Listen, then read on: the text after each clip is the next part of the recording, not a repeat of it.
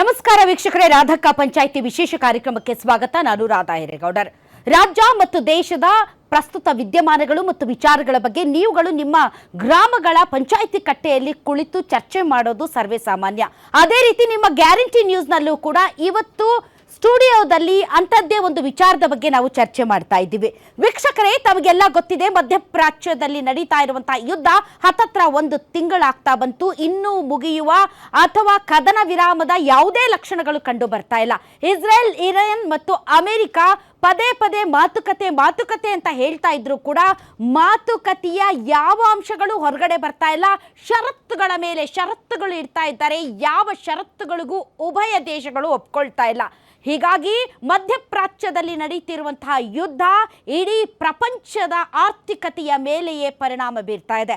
ಭಾರತ ಅಂತೂ ವಿಲವಿಲ ಅಂತ ಒದ್ದಾಡ್ತಾ ಇದೆ. ಅದರಲ್ಲೂ ಕೂಡ ಯಾವಾಗ ಪ್ರಧಾನಿ ನರೇಂದ್ರ ಮೋದಿ ಅವರು ರಾಜ್ಯಸಭೆ ಲೋಕಸಭೆಯಲ್ಲಿ ಕೊರೋನಾದಂತಹ ಪರಿಸ್ಥಿತಿ ಅಂದ ತಕ್ಷಣ ಜನ ಪ್ಯಾನಿಕ್ ಆಗಿ ಹೋಗಿದ್ದಾರೆ. ಪೆಟ್ರೋಲ್ ಬಂಕಲ್ಲೂ ಕ್ಯೂ, ಗ್ಯಾಸ್ ಏಜೆನ್ಸಿಗಳ ಮುಂದೆನೂ ಕ್ಯೂ, ರೇಷನ್ ಅಂಗಡಿ ಮುಂದೆನೂ ಕ್ಯೂ. ಮುಂದೆ ಎಂಥ ಪರಿಸ್ಥಿತಿ ಬರುತ್ತೋ ಏನೋ ಗೊತ್ತಿಲ್ಲ, ಈಗಿಂದಲೇ ಪ್ರಿಪೇರ್ ಆಗ್ಬಿಡೋಣ ಅಂತ ಜನ ಸಿಕ್ಕಾಪಟ್ಟೆ ಪ್ಯಾನಿಕ್ ಆಗಿದ್ದಾರೆ.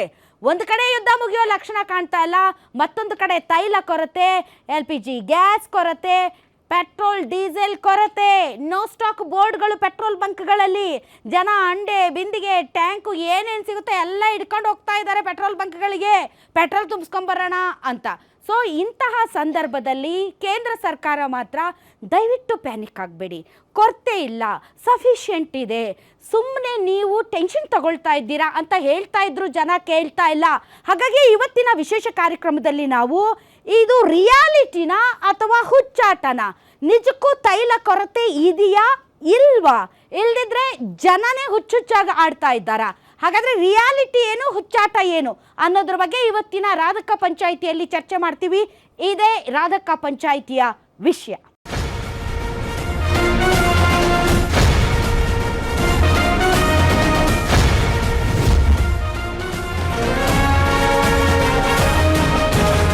ನಿಜಕ್ಕೂ ತೈಲ ಕೊರತೆ ಇದೆಯಾ, ತೈಲ ಕೊರತೆ ಇಲ್ವಾ, ಜನ ಸುಮ್ನೆ ಹುಚ್ಚಾಟ ಆಡ್ತಾ ಇದ್ದಾರಾ, ಜನ ಸುಮ್ನೆ ಪ್ಯಾನಿಕ್ ಆಗ್ತಾ ಇದ್ದಾರಾ? ಹಾಗಾದ್ರೆ ಸತ್ಯಾಸತ್ಯತೆ ಏನು ಅನ್ನೋದನ್ನ ಮಾತಾಡೋದಕ್ಕೆ ಇವತ್ತು ಅತಿಥಿಗಳಿದ್ದಾರೆ. ಅದೇ ರೀತಿ ವೀಕ್ಷಕರೇ, ವೀಕ್ಷಕರ ಪರವಾಗಿ ತಮ್ಮ ಅಭಿಪ್ರಾಯವನ್ನ ಮಂಡಿಸೋದಕ್ಕೆ ಸಾಕಷ್ಟು ಜನ ಆಡಿಯನ್ಸ್ ಇವಾಗ ಸ್ಟುಡಿಯೋದಲ್ಲಿದ್ದಾರೆ. ಬನ್ನಿ, ಅವ್ರನ್ನು ಕೂಡ ವೆಲ್ಕಮ್ ಮಾಡೋಣ. ತಮ್ಮೆಲ್ಲರಿಗೂ ಕೂಡ ರಾಧಕ್ಕ ಪಂಚಾಯಿತಿ ವಿಶೇಷ ಕಾರ್ಯಕ್ರಮಕ್ಕೆ ಸ್ವಾಗತ. ಅದೇ ರೀತಿ ಇವತ್ತು ತಮ್ಮ ತಮ್ಮ ಪಾರ್ಟಿಗಳ ಸ್ಟ್ಯಾಂಡ್, ರಿಯಾಲಿಟಿ ಬಗ್ಗೆ ಮಾತಾಡೋದಕ್ಕೆ ಅತಿಥಿಗಳಿದ್ದಾರೆ. ಬನ್ನಿ, ಒಬ್ಬೊಬ್ಬರಾಗೆ ಅವ್ರನ್ನ ವೆಲ್ಕಮ್ ಮಾಡೋಣ. ನಮ್ಮೊಂದಿಗೆ ಇದ್ದಾರೆ ಹಿರಿಯ ಪತ್ರಕರ್ತರು, ರಾಜಕೀಯ ವಿಶ್ಲೇಷಕರು ಆದಂತಹ ಶಿವಶಂಕರ್ ಸರ್, ತಮಗೆ ವಿಶೇಷ ಕಾರ್ಯಕ್ರಮಕ್ಕೆ ಸ್ವಾಗತ. ಅದೇ ರೀತಿ ಬಿಜೆಪಿ ವಕ್ತಾರರಾದಂತಹ ಚಂದ್ರಶೇಖರ್ ಅವರು ಜಾಯ್ನ್ ಆಗಿದ್ದಾರೆ. ಚಂದ್ರಶೇಖರ್ ಅವರೇ, ತಮಗೂ ಸ್ವಾಗತ. ಕಾಂಗ್ರೆಸ್ನ ವಕ್ತಾರರು ನಂದನ್ ಕಶ್ಯಪ್, ತಮಗೂ ಸ್ವಾಗತ. JDS ವಕ್ತಾರರಾದಂತಹ ನಾಗೇಂದ್ರ ಬಾಬು ಅವರೇ, ತಮಗೂ ಸ್ವಾಗತ. ಹಾಗಾದ್ರೆ ರಿಯಾಲಿಟಿ ಏನು ಅನ್ನೋದಕ್ಕೆ ಫಸ್ಟ್ ನಾನು ಇಂಡಿಪೆಂಡೆಂಟ್ ಆದಂತ ಒಂದು ಒಪಿನಿಯನ್ ತಗೊಳ್ತೀನಿ. Shivashankar sir, so reality, on ground reality, ಒಂದು ಕಡೆ ಸರ್ಕಾರ ಮತ್ತು ದೇಶ ಹೇಳ್ತಾ ಇದೆ ಇಲ್ಲ, ಸಫಿಷಿಯೆಂಟ್ ನಮಗೆ ಪೂರೈಕೆನೂ ಇದೆ ಮತ್ತು ಸಫಿಷಿಯೆಂಟ್ ಆದಂತಹ ದಾಸ್ತಾನು ಇದೆ, ಜನ ಸುಮ್ಮನೆ ಪ್ಯಾನಿಕ್ ಆಗ್ತಾ ಇದ್ದೀರಾ, ಪ್ಯಾನಿಕ್ ಆಗಬೇಡಿ ಅಂತ. ಸೊ ತಮ್ಮ ಪ್ರಕಾರ ರಿಯಾಲಿಟಿ ಏನು, ಹುಚ್ಚಾಟ ಏನು ಸರ್? ಹುಚ್ಚಾಟ ಆಡ್ತಿರೋದು ಜನನ, ಸರ್ಕಾರನ? ಇಲ್ಲಿ ಸರ್ಕಾರದ್ದು ಜವಾಬ್ದಾರಿ ಅಂತೂ ಖಂಡಿತ ಇದೆ. ಇಲ್ಲಿ ರಿಯಾಲಿಟಿ ಏನು ಅಂತಂದರೆ, ಒಂದಂತೂ ನಿಜ, ಈ ಪೆಟ್ರೋಲ್ ಡೀಸೆಲ್ ಬಗ್ಗೆ ಮಾತಾಡೋಣ, ಆಮೇಲೆ LPG. ಈಗ ಪೆಟ್ರೋಲು ಡೀಸೆಲ್ಲು ಎರಡೂ ಸೇರಿ, ಫಾರ್ ಎಕ್ಸಾಂಪಲ್ ಒಂದು ರಫ್ ಆಗಿ ವಾಟ್ ಈಸ್ ದಿ ಡಿಮಾಂಡ್ ಅಂದರೆ, ನಮ್ಮ ದೇಶದ ಡಿಮಾಂಡ್ ಏನು ಅಂತಂದರೆ, ಒಂದು ದಿನಕ್ಕೆ 1,40,00,000 KL ಅಂದರೆ ಕಿಲೋ ಲೀಟರ್ ಪರ್ ಡೇ. ಅದರಲ್ಲಿ ನಿಮಗೆ 1,00,000 ಡೀಸೆಲ್, 1,00,000 KL ಡೀಸೆಲ್ ಬಂದುಬಿಡುತ್ತೆ. ಮುಖ್ಯವಾಗಿ ಅದು 70%, 30% ಪೆಟ್ರೋಲ್. ಈಗ ನಾವು ಇಂಡಸ್ಟ್ರಿ ರೆಪ್ರೆಸೆಂಟೇಟಿವ್ಸ್, ನಾನು ಮಾತಾಡ್ತಾನೆ ಇರ್ತೇನೆ ಸ್ಟೋರೀಸ್ ಮಾಡೋದಕ್ಕೆ, ಅದಕ್ಕೆಲ್ಲ ಅದು ನೋಡಿದ್ರೆ ಇದನ್ನು ದಾಸ್ತಾನದೇನು ಸಮಸ್ಯೆ ಇಲ್ಲ, ಅಂದರೆ ಪೂರೈಕೆದೇನೂ ಸಮಸ್ಯೆ ಇಲ್ಲ. ಹಾಗಾದರೆ ಇಲ್ಲಿ ಕ್ರೈಸಿಸ್ ಆಗಿದ್ದು ಯಾಕೆ, ಬಿಕ್ಕಟ್ಟು ಬಂದಿದ್ದು ಯಾಕೆ ಅಂದರೆ, ಎರಡು ಕಾರಣಗಳಿದೆ. ಬಹಳ ಮುಖ್ಯವಾದಂಥ ಕಾರಣ ಏನು ಅಂತಂದರೆ, ಈ ಕ್ರೂಡ್ ಆಯಿಲ್ ಬೆಲೆ, ಅಂದರೆ ತೈಲ ಬೆಲೆ ಇದೆಯಲ್ಲ, ಅಂದರೆ ಕಚ್ಚಾ ತೈಲ ಬೆಲೆ ಇದ್ದಕ್ಕಿದ್ದಂಗೆ ಹೆಚ್ಚಾಗೋಯ್ತು. ಅಂದರೆ ಸುಮಾರು $60 ಪರ್ ಬ್ಯಾರಲ್ ಇದ್ದಿದ್ದು 68 ಇತ್ತು, 60, 65, 68 ಈ ಥರ ಇತ್ತು ಯುದ್ಧಕ್ಕೆ ಮುಂಚೆ. ಅದೇನಾಯಿತು ಸಡನ್ನಾಗಿ $100 ಹೋಯಿತು, 120ಕ್ಕೆ ಹೋಯಿತು, ಆಮೇಲೆ 108ಕ್ಕೆ ಬಂತು, ಇವಾಗ 90ಕ್ಕೆ ಇಳಿದಿತ್ತು, ಮತ್ತೆ 105ಕ್ಕೆ ಹೋಗಿದೆ. ಇದರಿಂದ ಏನಾಗುತ್ತೆ, ಈ ಫ್ಲಕ್ಚುಯೇಷನಿಂದ ಅಂದರೆ ಕಚ್ಚಾ ತೈಲದ ಬೆಲೆ ಹೆಚ್ಚಾಗಿದ್ದರಿಂದ ಈ OMCಗಳಿದೆಯಲ್ಲ, ನಮ್ಮ ಆಯಿಲ್ ಮಾರ್ಕೆಟಿಂಗ್ ಕಂಪನಿಗಳು, BPCL, ಇದಕ್ಕೇನಾದರೆ ಇದು HPCL, ಇಂಥವರೆಲ್ಲ ಕಚ್ಚಾ ತೈಲವನ್ನು ತಗೊಂಡು ಅದನ್ನು ರಿಫೈನ್ ಮಾಡಿ ಪೆಟ್ರೋಲು ಡೀಸೆಲು ಕೊಡೋದು. ಅದೇನಾಗುತ್ತೆ, ಇವಾಗ ಬೆಲೆ ಅವ್ರಿಗೆ ಜಾಸ್ತಿ ಆಗಿದೆ. ಆ ಬೆಲೆ ಜಾಸ್ತಿ ಆಗ್ತಾ ಇದ್ದ ಹಾಗೆ ಇವಾಗ $68 ಇದ್ದಿದ್ದು 120, ಆಲ್ಮೋಸ್ಟ್ ಡಬಲ್ ಆಯ್ತಲ್ಲ. ಆವಾಗ ಇದು ಕಡಿಮೆ ಇದ್ದಾಗ ಅವ್ರಿಗೆ 1 ಲೀಟ್ರಿಗೆ ಒಂದು $5 ಇಂದ $8ವರೆಗೂ ಲಾಭ ಆಯಿತು. ಇದು ಡಬಲ್ ಆಗಿದ ತಕ್ಷಣ ಅವ್ರಿಗೇನಾಗಿದೆ, ಲಾಸು $40 ಹೋಗಿದೆ, 35ರಿಂದ $40 ಹೋಗಿದೆ. ಅವ್ರೇನು ಮಾಡ್ತಾ ಇದ್ದಾರೆ, ಇದನ್ನು ಅಂದರೆ ಇಂಥ ಫ್ಲಕ್ಚುಯೇಷನ್ಸ್ ಇದ್ದೇ ಇರುತ್ತೆ. ಆ ಫ್ಲಕ್ಚುಯೇಷನ್ಸು ಏನಂದರೆ 2 ದಿನ 3 ದಿನ ಅಥವಾ 1 ವಾರ ಆದರೆ ತಡ್ಕೊಳ್ಳೋದಕ್ಕೆ ಸಾಧ್ಯ ಇದೆ. ನೀವು ಹೇಳಿದಾಗೆ ಇದು ಆಲ್ಮೋಸ್ಟ್ 1 ತಿಂಗಳು ಬಂದುಬಿಡ್ತು. 1 ತಿಂಗಳಾಗಿದ್ದರಿಂದ ಅವರೇನು ಮಾಡ್ತಾ ಇದ್ದಾರೆ, ಅಲ್ಲಿ ಒಂದು ಡೈನಮಿಕ್ಸ್ ಇದೆ. ಈಗೇನಂತಂದರೆ ಅವರು OMC ಅವರು ಈ ಡೀಲರ್ಸಿಗೆ, ಅಂದರೆ ಪೆಟ್ರೋಲ್ ಡೀಸೆಲ್ ಡೀಲರ್ಸಿಗೆ ಇದನ್ನು ಆಯಿಲ್ ಕೊಡ್ತಾರೆ, ಪೆಟ್ರೋಲು ಡೀಸೆಲ್ಲು. ಅದು ಕೊಡುವಾಗ ಕ್ರೆಡಿಟ್ ಫೆಸಿಲಿಟಿ ಅಂತ ಇರುತ್ತೆ, 1 ವಾರಕ್ಕೆ 15 ದಿನಕ್ಕೆ ಇದೆಲ್ಲ. ಅದು ಯಾವಾಗ ಅದು ಎಲ್ಲ ಚೆನ್ನಾಗಿರುವಾಗ ನಡೆಯುವಂಥ ಒಂದು ಅರೇಂಜ್ಮೆಂಟ್ ಇದು.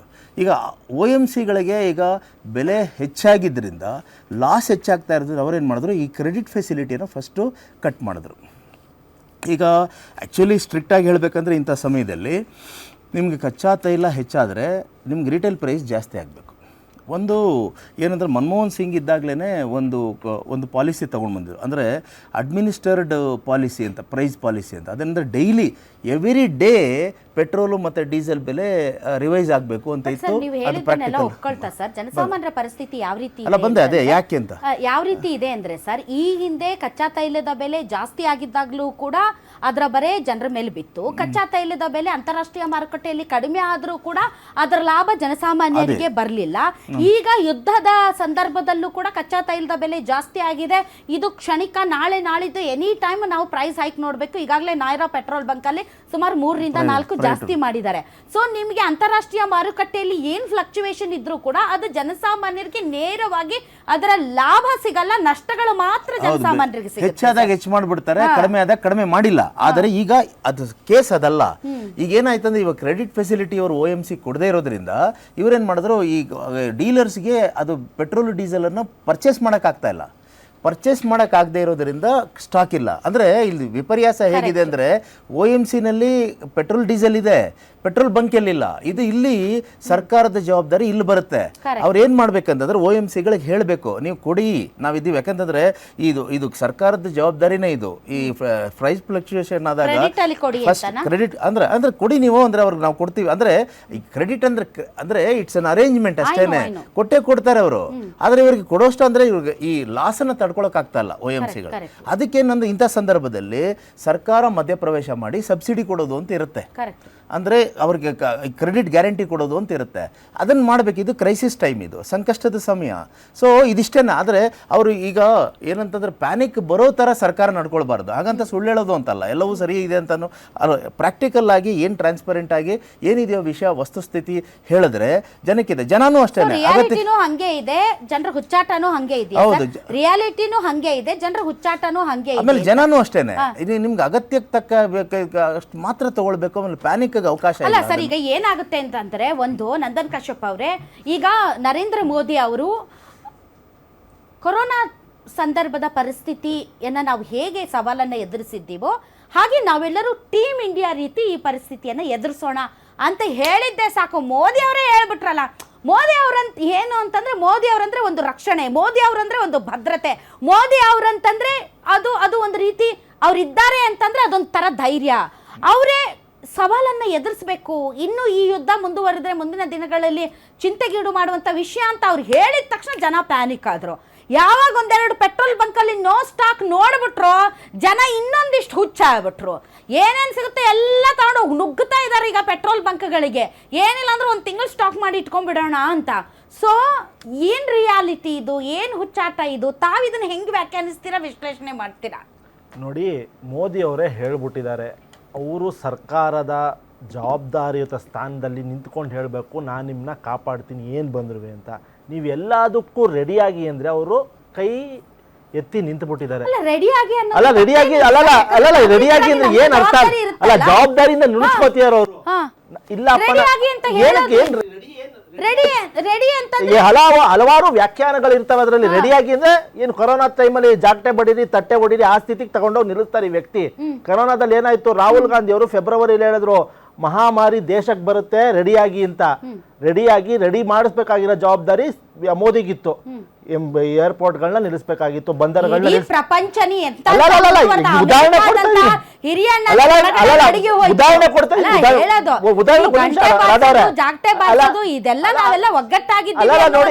ಒಂದು ಸಾಂಕೇತಿಕವಾದಂತಹ ಒಂದು ಜಾಗಟೆ ಬಡದ್ಬಿಟ್ಟು ತಟ್ಟೆ ಬಡದ್ಬಿಟ್ಟು ನಮ್ಗೇನಾರ ಇದು ಕರೋನಾ ವಾಸಿ ಆಯ್ತಾ? ಆಗ್ಲಿಲ್ಲ. Coming back to the subject, ದೇವ್ರ ಮುಂದೆ ಜಾಗಟೆ ಮತ್ತೆ ಗಂಟೆ ಬಾರಿಸಿದ ನೋಡಿ, ದೇವ್ರ ಮುಂದೆ ಬಾರಿಸೋಣ ರಸ್ತೆಯಲ್ಲಿ ನಿಂತ್ಕೊಂಡು ಡ್ರಾಮಾ ಮಾಡಿದ್ರಲ್ಲ ಅವರು. ನೋಡಿ ಇವ್ರು ಏನ್ ಮಾಡ್ತಿದ್ದಾರೆ ನರೇಂದ್ರ ಮೋದಿ ಅವರು ಅಂದ್ರೆ ಜವಾಬ್ದಾರಿಯಿಂದ ನುಣುಚ್ಕೋತಿದ್ದಾರೆ. ಜವಾಬ್ದಾರಿ ಇರೋ ವ್ಯಕ್ತಿ ಅವ್ರು ಒಂದು ಒಳ್ಳೆ ಮಾತು ಹೇಳಿದ್ರು ಶಿವಶಂಕರ್ ನೋಡಿ, ನಮ್ಮ ಸ್ನೇಹಿತರು 3 ಬಂಕ್ ನಡೆಸ್ತಾ ಇದ್ದಾರೆ. 3 ಬಂಕ್ ನಡೆಸ್ತಿದ್ದಾರೆ ಮಂಡ್ಯ ಮೈಸೂರು ಭಾಗದಲ್ಲಿ. ಇವತ್ತು ಅವರಿಗೆ 15ರಿಂದ 20 ದಿವಸ ಕ್ರೆಡಿಟ್ ಕೊಡ್ತಾ ಇದ್ರು OMCಗಳು. ಇವತ್ತೇನಾಗಿದೆ ಅಂದ್ರೆ ನಾನು ಟ್ರಕ್ ಬಿಸ್ನೆಸ್ ಅಲ್ಲಿ ಇದ್ದೀನಿ, ನಮಗೂ ಸಾಲ ಕೊಡ್ತಾ ಇದ್ರು. ಇವತ್ತೇನಾಗಿದೆ, ಕಾಸು ಕೊಟ್ಬಿಟ್ಟು ಡೀಸೆಲ್ ಹಾಕಿಸ್ಕೊಂಡು ಹೋಗಿ ಸ್ವಾಮಿ ಅಂತ ಇದ್ದಾರೆ. ಏನಾಗಿದೆ ಅಂದ್ರೆ ಸರ್ಕಾರದ ಭಾಗವಾಗಿ ಸರ್ಕಾರದ ಒಂದು ಜವಾಬ್ದಾರಿ ಸ್ಥಾನದಲ್ಲಿ ನಿಂತ್ಕೊಂಡವರು ಅವು ಕ್ರೆಡಿಟ್ ಕೊಡಬೇಕು, LOC ಕೊಡಬೇಕು. ತಗೊಳ್ಳಿ LOC, ಸರ್ಕಾರದ ಪರವಾಗಿ ನಿಮ್ಗೆ ಇಷ್ಟು 100-200 ಕೋಟಿ ಡೆಪಾಸಿಟ್ ಮಾಡ್ತೀವಿ, ನೀವು ಸಪೋರ್ಟ್ ಮಾಡಿ ಅನ್ಬೇಕು. ಇದರಿಂದ ಏನಾಗಿದೆ ಗೊತ್ತಾ, ಇವತ್ತು ಒಂದು ಪೆಟ್ರೋಲ್ ಬಂಕಲ್ಲಿ 300ರಿಂದ 400 ಗಾಡಿ ಡೀಸೆಲ್ ಹಾಕಿಸ್ತೀವಿ. ನಮ್ಮ ಸ್ನೇಹಿತರ ಗಾಡಿಗಳ 400ರಿಂದ 500 ಗಾಡಿ ಡೀಸೆಲ್ ಹಾಕಿಸ್ತಾರೆ. ಇವತ್ತು ಅವ್ರಿಗೆ 200-300 ದುಡ್ಡಿರೋರು ಹಾಕಿಸ್ಕೊಂಡು ಹೋಗ್ತಾರೆ. ಇದೆಲ್ಲ ಗಾಡಿ ನಿಲ್ಲಿಸ್ತಿದ್ದಾರೆ. ಎಲ್ಲಿಗೆ ಹೋಗ್ತಿದೆ ದೇಶ? ನಿನ್ನೆ ಅದೊಂದು ವಿಡಿಯೋ ನೋಡ್ತಿದ್ದೆ ಮೇಡಮ್ ಅವರೇ, ಹಾಸನದಲ್ಲಿ ಎಷ್ಟೊಂದು ಹೋಟ್ಲುಗಳು ಮುಚ್ಚಿದ್ದಾರೆ. ಈ ಪೆಟ್ರೋಲು ಡೀಸೆಲ್ ಗ್ಯಾಸ್ ಮೇಲೆ ಎಷ್ಟು ಕುಟುಂಬಗಳು ಅವಲಂಬಿತವಾಗಿದೆ ಅಂತ ನಿಮಗೆ ಗೊತ್ತು, ನೀವೇ ಸ್ಟೋರಿಗಳು ಮಾಡಿದ್ದೀರಾ. ಎಷ್ಟು ಹೋಟ್ಲುಗಳು ಮುಚ್ಚಿದೆ, ಅವರ ಪರಿಸ್ಥಿತಿ ಏನಾಗಬೇಕು? ಈ ಆಟೋ ಓಡಿಸೋರ್ ಕತೆ ಏನಾಗಿದೆ? ಇಲ್ಲೇ ಕುಮಾರ ಪಾರ್ಕು ಅದಕ್ಕೆಲ್ಲ ಮೋದಿ ಅವ್ರ ಕಾರಣನಾ? ಆಬ್ವಿಯಸ್ಲಿ ಅವರ ಪಾಲಿಸಿ, ಅವರ ಫೇಲ್ಯೂರ್ ಅಂತಾರಾಷ್ಟ್ರೀಯ ಸ್ವತಃ ಅಲ್ಲಿಗೆ ಬರ್ತೀನಿ ನೋಡಿ. ಬಿಕಾಸ್ ಬೆಲೆ ಏರಿಕೆ ಬಿಸಿ ಅಮೆರಿಕದ ಜನರನ್ನು ಕಾಡ್ತಾ ಇದೆ. ಯಾರು ಯುದ್ಧ ಸಾರಿದ್ದಾರೆ ಅವರು. ಇಡೀ ಪ್ರಪಂಚದ ಆರ್ಥಿಕತೆ ಅಲಗಾಡ್ತಾ ಇದೆ. ತೈಲ ಬೆಲೆ ಅಂತಾರಾಷ್ಟ್ರೀಯ ಮಾರುಕಟ್ಟೆಯಲ್ಲಿ ಜಾಸ್ತಿ ಆಗಿದೆ.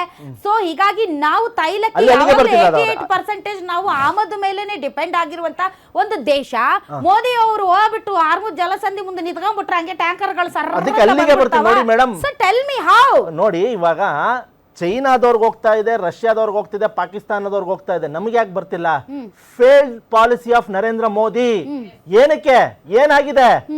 ನಾಟೋದಲ್ಲಿ ಸ್ಪೇನ್ ಅವರು ಹೇಳಿದ್ದಾರೆ, UK ಅವರು ಹೇಳಿದ್ದಾರೆ, ಕೆನಡಾದವ್ರು ಹೇಳಿದ್ದಾರೆ, ಯುರೋಪಿಯನ್ ಯೂನಿಯನ್ ಹೇಳಿದ್ದಾರೆ, ನೀನು ಮಾಡ್ತಿರೋದು ನಿಮ್ಮ ಒಂದು ಚಟಕ್ಕೆ ಅಂತ. ಯಾರಿಗೆ? ಇಸ್ರೇಲ್ಗೆ ಮತ್ತೆ ಟ್ರಂಪ್ಗೆ. ಏನಕ್ಕೆ ಮಾಡ್ತಿದ್ದಾರೆ? ನಿಮ್ ಚಟ ತೀರಿಸ್ಕೊಳಕ್ಕೆ. ಮೋದಿ ಏನಕ್ಕೆ ಅವ್ರ ಮುಂದೆ ತುಟಿ ಬಿಟ್ಟಿ ಬಿಚ್ತಾ ಇಲ್ಲ? ಒಂದು reason Epstein file. Second Israel. ಒಂದ್ ನಿಮಿಷ ಕೇಳಿ ಒಂದ್ ನಿಮಿಷ ಅಲ್ಲಿಗೆ ಬರ್ತೀನಿ. ನೆಕ್ಸ್ಟ್ ಅಲ್ಲಿಗೆ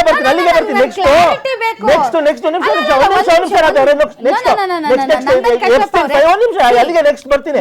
ಇವಾಗ ಅದಾನಿ ಅವ್ರದ್ದು ಇಸ್ರೇಲ್ ಅಲ್ಲಿ ಪೋರ್ಟ್ ಇದೆ. ಅದಾನಿ ಅವ್ರ ಜೊತೆ ವ್ಯವಹಾರ ಇಸ್ರೇಲ್ ಸರ್ಕಾರ ಮಾಡ್ತಾ ಇದೆ. ಹೇಳ್ಬೋದಲ್ಲ ನಿಲ್ಸು ಅಂತ. ನರೇಂದ್ರ ಮೋದಿ ಹೇಳ್ತಿದ್ರು, ನಾನು ಉಕ್ರೇನ್ ರಷ್ಯಾ ವಾರ್ ನಿಲ್ಲಿಸ್ಬಿಟ್ಟೆ, ಎದೆ ತಟ್ಕೊಂಡು ಹೇಳ್ತಾ 56 ಇಂಚಿದೆ. ಎಲ್ಲೋಗಿದೆ ಅವ್ರು ಎದೆ?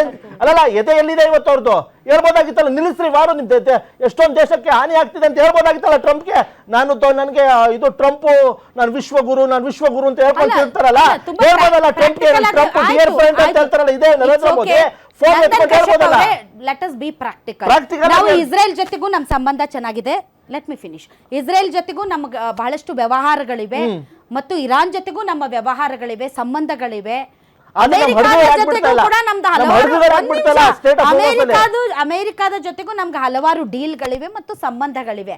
ಇಂತಹ ಸಂದರ್ಭದಲ್ಲಿ 3 ದೇಶಗಳ ಜೊತೆಗೆ ಚೆನ್ನಾಗಿರುವಂತಹ ಭಾರತ, ನೀವು ಇರಾನ್ ಜೊತೆಗೆ ನಿಮ್ಮನ್ನ ನೀವು ಗುರುತಿಸ್ಕೊಳ್ಳಿ ಅನ್ನೋದು ಒಂದು ಒಳ್ಳೆಯ ವಿದೇಶಾಂಗ ನೀತಿ ಅಂತ ಅನ್ನಿಸಿಕೊಳ್ಳುತ್ತಾ?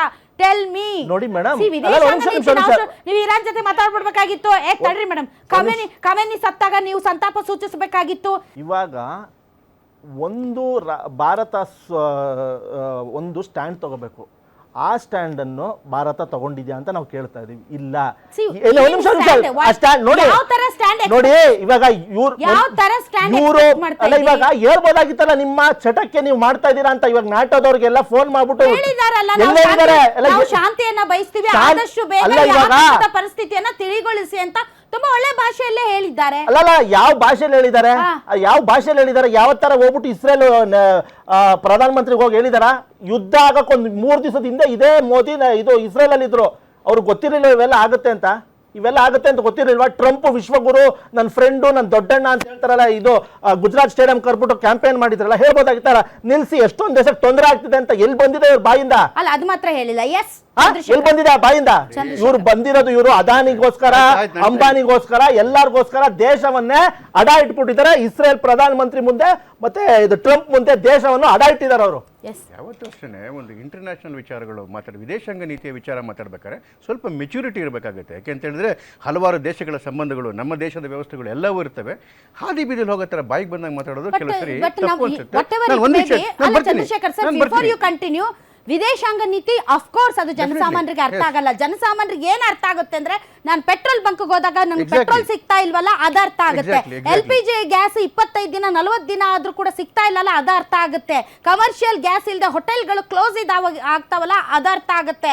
ಗ್ಯಾಸ್ಗಳು ಇಲ್ಲದೆ ಬಹಳಷ್ಟು ರಸಗೊಬ್ಬರದ ಫ್ಯಾಕ್ಟರಿಗಳು ಸೇರಿದಂತೆ ಹಲವಾರು ಫ್ಯಾಕ್ಟರಿಗಳು ಬಾಗಿಲಾಕಿದಾವಲ್ಲ, ಅದ ಅರ್ಥ ಆಗುತ್ತೆ. ಸೊ ಅರ್ಥ ಮಾಡಿಸ್ಬೇಕಾಗಿರೋದು ವಿದೇಶಾಂಗ ನೀತಿಯನ್ನ ಜನಸಾಮಾನ್ಯರಿಗೆ. ಖಂಡಿತ ಅದೇ ಮಾತನ್ನೇ ಮೋದಿಯವರು ಮಾತಾಡ್ತಿರೋದು. ಇಡೀ ಜಗತ್ತಿನಲ್ಲಿ ಮಹಾಮಾರಿ ಕೊರೋನಾ ಬಂದಾಗ ಇಡೀ ಜಗತ್ತಲ್ಲಿ ಯಾವುದಾದ್ರೂ ದೇಶ ಅತ್ಯಂತ ಕಡಿಮೆ ಎಫೆಕ್ಟ್ ಆಗಿದ್ದು, ಕಡಿಮೆ ಜೀವಗಳು ಹೋಗಿದ್ದು, ಅಥವಾ ಕಡಿಮೆ ಅದರಲ್ಲಿ ಫಲ ತಿಂದಿದ್ದು ಅಂತ ಹೇಳಿದ್ರೆ ಅದು Bharat. Because India is in the safest hands. ಇವತ್ತು ಕೂಡ ಜಗತ್ತಲ್ಲಿ ಕೇವಲ ಒಂದು ನಿಮಿಷ, ಜಗತ್ತಲ್ಲಿ ಈ ಯುದ್ಧದ ಸನ್ನಿವೇಶದಲ್ಲಿ 29ನೇ ದಿವಸದಲ್ಲಿ ಜಗತ್ತು 10 ಸೆಕೆಂಡ್ ತಡಿಲೇಬೇಕು. ಕೊರೋನಾದಿಂದ ಅತ್ಯಂತ ಕಡಿಮೆ ಎಫೆಕ್ಟ್ ಆಗಿದೆ ಅನ್ನೋ ವಾದವನ್ನ ನಾನು ಒಪ್ಕೊಳ್ಳೋದಕ್ಕೆ ಲಕ್ಷಾಂತರ ಜನ ಪ್ರಾಣ ಕಳ್ಕೊಂಡು ಎಷ್ಟೋ ಜನ ಮತ್ತೆ ತಮ್ಮ ಒಂದು ಜೀವನವನ್ನ ಕಟ್ಟಿಕೊಳ್ಳೋಕಾಗದೆ ವಿಲವಿಲ ಅಂತ ಒದ್ದಾಡ್ತಾ ಇದ್ದಾರೆ. ಕೊರೋನಾ ಕೊಟ್ಟಂತ ಏಟ್ ಇದೆಯಲ್ಲ, ಅದು ತುಂಬಾ ದೊಡ್ಡದು. ಇವತ್ತು ಕೂಡ ನೋಡಿ, ಈ ದೊಡ್ಡ ಜಾಗತಿಕ ಸಮಸ್ಯೆ ಒಳಗಡೆ ಯುದ್ಧ ಭಾರತದಲ್ಲ, ಎಲ್ಲೋ ಬೇರೆ ದೇಶಗಳಲ್ಲಾಗಿ ಮಧ್ಯಪ್ರದೇಶದಲ್ಲಾಗ್ತಿರೋದು, ಅವ್ರ ಮೇಲೆ ಇಸ್ರೇಲು ಅಮೆರಿಕ ಅಟ್ಯಾಕ್ ಮಾಡ್ತಿರೋದು, ಸಫರ್ ಜಗತ್ತಿನ ಎಲ್ಲ ದೇಶಗಳಾಗಿದ್ದಾವೆ. ಇವತ್ತಿನ ಪರಿಸ್ಥಿತಿನಲ್ಲಿ ಇಡೀ ಜಗತ್ತಲ್ಲಿ ಕೇವಲ 3 ದೇಶಗಳು ಮಾತ್ರ ಆಯಿಲ್ ಪ್ರೈಸ್ ಅನ್ನು ಜಾಸ್ತಿ ಮಾಡಿಲ್ಲ. ಕೇವಲ 3 ದೇಶಗಳು, ಒಂದು ಇಂಡೋನೇಷ್ಯಾ, ಮತ್ತೊಂದು ಇರಾನು, ಯಾವ್ದು ಯುದ್ಧದಲ್ಲಿ ಇದೆಯಲ್ಲ ಇರಾನು, 3ನೇ ದೇಶ ಭಾರತ. ಅದು ಬಿಟ್ಟರೆ ಈವನ್ ಕತಾರು 3% ಜಾಸ್ತಿ ಮಾಡಿದೆ. ಯಾರು ಆಯಿಲ್ನ ಪ್ರೊಡ್ಯೂಸ್ ಮಾಡ್ತಾರಲ್ಲ ಆ ದೇಶಗಳು, ಕತಾರು, UAE ಎಲ್ಲವೂ ಜಾಸ್ತಿ ಮಾಡಿದ್ದಾವೆ. ಇವತ್ತು ಜಗತ್ತಲ್ಲಿ ಯಾವ್ದಾದ್ರು ದೇಶ ಮಾಡ್ದಂಗೆ ಇರ್ತಕ್ಕಂಥದ್ದು ಒಂದು. ಎರಡನೇದು, ನಮ್ಮಲ್ಲಿರ್ತಕ್ಕಂಥ ಚಂದ್ರಶೇಖರ್ ಅವರು, ನೀವು ಇವತ್ತು ಗ್ಯಾರಂಟಿ ನ್ಯೂಸ್ ಸ್ಟುಡಿಯೋದಲ್ಲಿ ಪ್ರಾಮಿಸ್ ಮಾಡಿ ಇನ್ನು 2 ತಿಂಗಳು ಪೆಟ್ರೋಲ್ ಡೀಸೆಲ್ ಬೆಲೆ ಜಾಸ್ತಿ ಆಗಲ್ಲ ಅಂತ. ಆಲ್ರೆಡಿ ನೈರಾ ಪೆಟ್ರೋಲ್ ಬಂಕ್ ಅಲ್ಲಿ 2 ರಿಂದ 3 ರೂಪಾಯಿ ಜಾಸ್ತಿ ಮಾಡಿದ್ದಾರೆ ಸರ್. ಜಾಗತಿಕ ಸಮಸ್ಯೆ. ನಾನು ಬರ್ತಾ ಇದ್ದೀನಿ, ನಿಮ್ಮ ವಿಷಯಕ್ಕೆ ಬರ್ತಾ ಇದ್ದೀನಿ. ನೀವು ಬೆಂತಟ್ಕೊಳ್ತಿದ್ದೀರಲ್ಲ, ಇರೋ ವಿಷಯ ಜನಗಳ ಮುಂದೆ ಹೇಳಬೇಕಲ್ಲ. ಮೋದಿ ಅವರು ಮಾಡ್ತಿದ್ದು ಅದನ್ನೇ ನೋಡಿ. 2014ರಲ್ಲಿ ನಮ್ಮ ಸ್ಟೋರೇಜ್ ಕೆಪಾಸಿಟಿ ಏನಿತ್ತು 0. ಏನು ರಿಫೈನರಿಗಳು ಇದ್ದಿದ್ದು ಬಿಟ್ಟರೆ 5.0 ನಮ್ಮದು ಸ್ಟೋರೇಜ್ ಇದ್ದಿದ್ದು. ಇವತ್ತು 5.33 million metric tons separate storage ಇದೆ ಅಪಾರ್ಟ್ ಫ್ರಮ್ ರಿಫೈನರೀಸು. ಅಂದರೆ ಸುಮಾರು 74 ದಿವಸಕ್ಕೆ ಆಗ್ತಕ್ಕಂಥ ಸ್ಟೋರೇಜ್ ನಮ್ಮ ಹತ್ರ ಇದೆ. ಸೊ ಒಂದು 2-3 ತಿಂಗಳು ನಮಗೇನು ತೊಂದರೆ ಇಲ್ಲ. ಎರಡನೇದು, ನಮ್ಮ ಸ್ನೇಹಿತರು ಹೇಳ್ತಿದ್ರು ಹಾರ್ಮುಜ್ ಒಳಗಡೆ ಭಾರತ ಬರ್ತಿಲ್ಲ ಅಂತ ಹೇಳಿ. ಒಂದು ನಿಮಿಷ, ನಮ್ಮಲ್ಲಿ ಎಷ್ಟು ಅನಿಲ ಸ್ಥಾವರಗಳು ಸರ್, ಅದು ಮೋದಿ ಅವರ ಕಾಲದಲ್ಲಿ ಸ್ಟಾರ್ಟ್ ಆಯ್ತಾ ಅಥವಾ 100% ನೋಡಿ ಸರ್ಕಾರ ಇದ್ದಾಗ ಸ್ಟಾರ್ಟ್ ಆಯ್ತಾ? 100% ನಾನು ಹೇಳ್ತಿರೋದು ಎಷ್ಟು ಯಾವಾಗ ಆರಂಭ ಆಯ್ತು, ಯಾವಾಗ ಫಿನಿಶ್ ಆಯ್ತು, ಮೋದಿ ಅವರ ಕಾಲದಲ್ಲಿ ಎಷ್ಟು ಅವರು ಸ್ಟಾರ್ಟ್ ಮಾಡಿದ್ರು, ಅದ್ರ ಬಗ್ಗೆ 2014ಕ್ಕೆ ಮುಂಚೆ ರಿಫೈನರಿಗಳು ಬಿಟ್ರೆ ಬೇರೆ ಸ್ಟೋರೇಜ್, ಗೌರ್ಮೆಂಟ್ ಸ್ಟೋರೇಜು 0. ಮೋದಿಯವರು ಬಂದಮೇಲೆ 2014 ಬಂದಮೇಲೆ ವಿಶಾಖಪಟ್ಟಣಂ, ಮಂಗಳೂರು ಮತ್ತು ಪಡೂರು 3 ಒಳಗಡೆಗೆ ಮತ್ತೆ ಇದ್ರದ್ದು ಏನು ರಿಫೈನರಿಗಳು ಸೇರಿ 5.33 ಮಿಲಿಯನ್ ಮೆಟ್ರಿಕ್ ಟನ್ಸ್ ಆಫ್ ಇದು ಆಯಿಲ್ ನಮ್ಮ ಹತ್ರ ಸ್ಟಾಕ್ ಇರ್ತಕ್ಕಂಥದ್ದು. 73ರಿಂದ 74 ದಿವಸಕ್ಕೆ ಬೇಕಾಗ್ತಕ್ಕಂಥ ಸ್ಟಾಕು. ಅಪಾರ್ಟ್ ಫ್ರಮ್ ಏನು ಈ ರೈಸ್ ಸ್ಟೋರೇಜ್ ಇದೆ ಈ ರಿಫೈನರಿಗಳು ಮತ್ತೆ ಏನು ಪೆಟ್ರೋಲ್ ಬಂಕ್ಗಳಲ್ಲಿ, ಅದು ಬಿಟ್ಟು ಅಂದ್ರೆ ಆಲ್ಮೋಸ್ಟ್ ನಮಗೆ 2.5 ತಿಂಗಳು ನಮಗೆ ಕಂಫರ್ಟಬಲ್ ಆಗಿ ಆಗ್ತಕ್ಕಂಥ ವ್ಯವಸ್ಥೆ. 2.5 ತಿಂಗಳು ಕಂಫರ್ಟಬಲ್ ಆಗಿಲ್ಲ, 5-6 ದಿನಕ್ಕೇನೆ ಕೇಯಾಸ್ ಸೃಷ್ಟಿ ಆಯ್ತು. ಸೃಷ್ಟಿ ಆಗಿಲ್ಲ ಮೇಡಮ್, ಅದನ್ನೇ ಹೇಳ್ತಾ ಇರೋದು. ಕೈಯಾಸ ಸೃಷ್ಟಿ ಆಗಿಲ್ಲ. ನನ್ನ ನಿಮಿಷ ಹೇಳ್ತಾ ಇದ್ದೀನಲ್ಲ, ಒಂದು ಆ ಪೆಟ್ರೋಲ್ ಬ್ಯಾಂಕ್ ಅವರ ಫೈನಾನ್ಷಿಯಲ್ ಪ್ರಾಬ್ಲಮ್. ನೀವು ದುಡ್ಡು ಕೊಡ್ತಾ ಇದೀವಿ, ಕೊಡ್ತಿಲ್ಲ ಅಂತ ಹೇಳ್ತಿಲ್ಲ. ಕ್ರೆಡಿಟ್ ಫೆಸಿಲಿಟಿಗಳು ಅದು ದಿನಕ್ಕೆ ಬದಲಾವಣೆ ಆಗ್ತಾ ಇರುತ್ತೆ. ಈ ಸಂದರ್ಭದಲ್ಲೇ ಆಗಬೇಕಾ? ಈ ಸಂದರ್ಭದಲ್ಲಿ ಯುದ್ಧದ ಸಂದರ್ಭದಲ್ಲೇ ಆಗ್ಬೇಕಾಗಿರೋದು, ಮಿಕ್ಕಿ ಸಂದರ್ಭದಲ್ಲಿ ಆಗಲ್ಲ. ನೀವು ತುಂಬಾ ನೀವು ಈಗ ನೀವು ಹೇಳ್ತಾ ಇದ್ರಿ 2.5 ತಿಂಗಳಿಗಾಗುವಷ್ಟು ಕಂಫರ್ಟೇಬಲ್ ಆಗಿ ದಾಸ್ತಾನು ನಮ್ಮ ಹತ್ರ ಇದೆ ಅಂತ. ಜೊತೆಗೆ ಯುದ್ಧ ಆರಂಭ ಆದ 6ನೇ ದಿನಕ್ಕೇನೆ LPG ಗ್ಯಾಸ್ ಸಮಸ್ಯೆ ಸೃಷ್ಟಿಯಾಯಿತು, ಹೋಟೆಲ್ಗಳು ಬಂದಾದವು, ಮತ್ತು ಕಮರ್ಷಿಯಲ್ ಸಿಲಿಂಡರ್ಗಳು ನೀವು ಹೇಳ್ತಿರೋದಕ್ಕೂ ಆನ್ ಗ್ರೌಂಡ್ ರಿಯಾಲಿಟಿಗೂ ತುಂಬಾ ವ್ಯತ್ಯಾಸ ಇದೆ. ಕೇಳಕ್ ಚೆನ್ನಾಗಿದೆ, ಆದ್ರೆ ಆನ್ ಗ್ರೌಂಡ್ ಅದು ಆಗ್ತಾ ಇಲ್ಲ. ಪ್ರಶ್ನೆಗಳು ಎಲ್ಲದಕ್ಕೂ ಉತ್ತರ ಕೊಡ್ತೀನಿ ಮೇಡಮ್. ಮೊದಲನೇದು LPG ವಿಚಾರದಲ್ಲಿ ನೋಡಿ, ಡೀಸೆಲ್ ಮತ್ತು ಪೆಟ್ರೋಲ್ ಅದೇ ಕ್ರೂಡ್ ಆಯಿಲ್ ಆದರೆ ನಾವು 73 ರಿಂದ 74 ದಿನ ಸ್ಟೋರ್ ಮಾಡ್ತೀವಿ, ನಮಗೇನು ಸಮಸ್ಯೆ ಇರಲ್ಲ. ಅದು LPG ಸಮಸ್ಯೆ ಏನಂತ ಹೇಳಿದ್ರೆ, ಅದು ಬ್ಯೂಟೇನ್ ಇರೋ ಕಾರಣಕ್ಕೋಸ್ಕರ ಮ್ಯಾಕ್ಸಿಮಮ್ ಅಂದರೆ 9 ರಿಂದ 11 ದಿವಸ ಮಾತ್ರ ನಮಗೆ ಸ್ಟೋರ್ ಮಾಡ್ಲಿಕ್ಕಾಗೋದು. ಅದ್ರ ಮೇಲೆ ಹೆಚ್ಚಿಗೆ ಸ್ಟೋರ್ ಮಾಡ್ಲಿಕ್ಕಾಗಲ್ಲ. ಮೊದಲನೇದು. ಎರಡನೇದು ಬಂದೆ ಎರಡನೇದು ಏನಕ್ಕೆ ಸಮಸ್ಯೆ ಶುರುವಾಗಿತ್ತು? ಅದ್ಭುತವಾಗಿ ಸ್ಟೋರೇಜ್ ಫೆಸಿಲಿಟಿ ಮಾಡ್ಕೊಂಡಿದ್ದೀವಿ ಅಂತ. ಇನ್ನೊಂದ್ ಕಡೆ ಹೇಳ್ತೀರಾ 9 ದಿನಕ್ಕೆ ಮೇಲೆ ನಾವು madam crude oil LPG different ಹೇಳ್ತೀರಾ. ಕ್ರೂಡ್ ಆಯಿಲ್ ನಮಗೆ ಸಪ್ಲೈ ನಮಗೆ ಪ್ರಾಬ್ಲಮ್ ಇಲ್ಲ. LPG ಏನೋ ನಾವು ಸ್ಟೋರ್ ಮಾಡ್ಲಿಕ್ಕಾಗಲ್ಲ.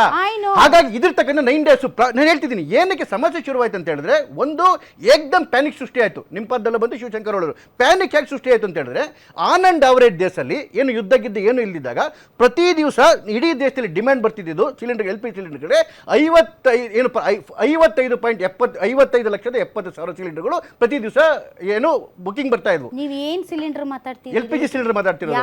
ಮನೆ LPG ಸಿಲಿಂಡರ್. ಮನೆ LPG ಸಿಲಿಂಡರ್ ಅಲ್ಲ, ಕಮರ್ಷಿಯಲ್ ಸಿಲಿಂಡರ್ ಬಗ್ಗೆ ಮಾತಾಡಿ. ನಿಮಿಷ ಇದನ್ನ ಮುಗಿಸ್ಬಿಟ್ಟು ಅಲ್ಲಿಗೆ ಬರ್ತೀನಿ ಮೇಡಮ್. 55.7 ಲಕ್ಷ ಸಿಲಿಂಡರ್ಗಳು ಡೈಲಿ ಡಿಮ್ಯಾಂಡ್ ಇರ್ತಿತ್ತು.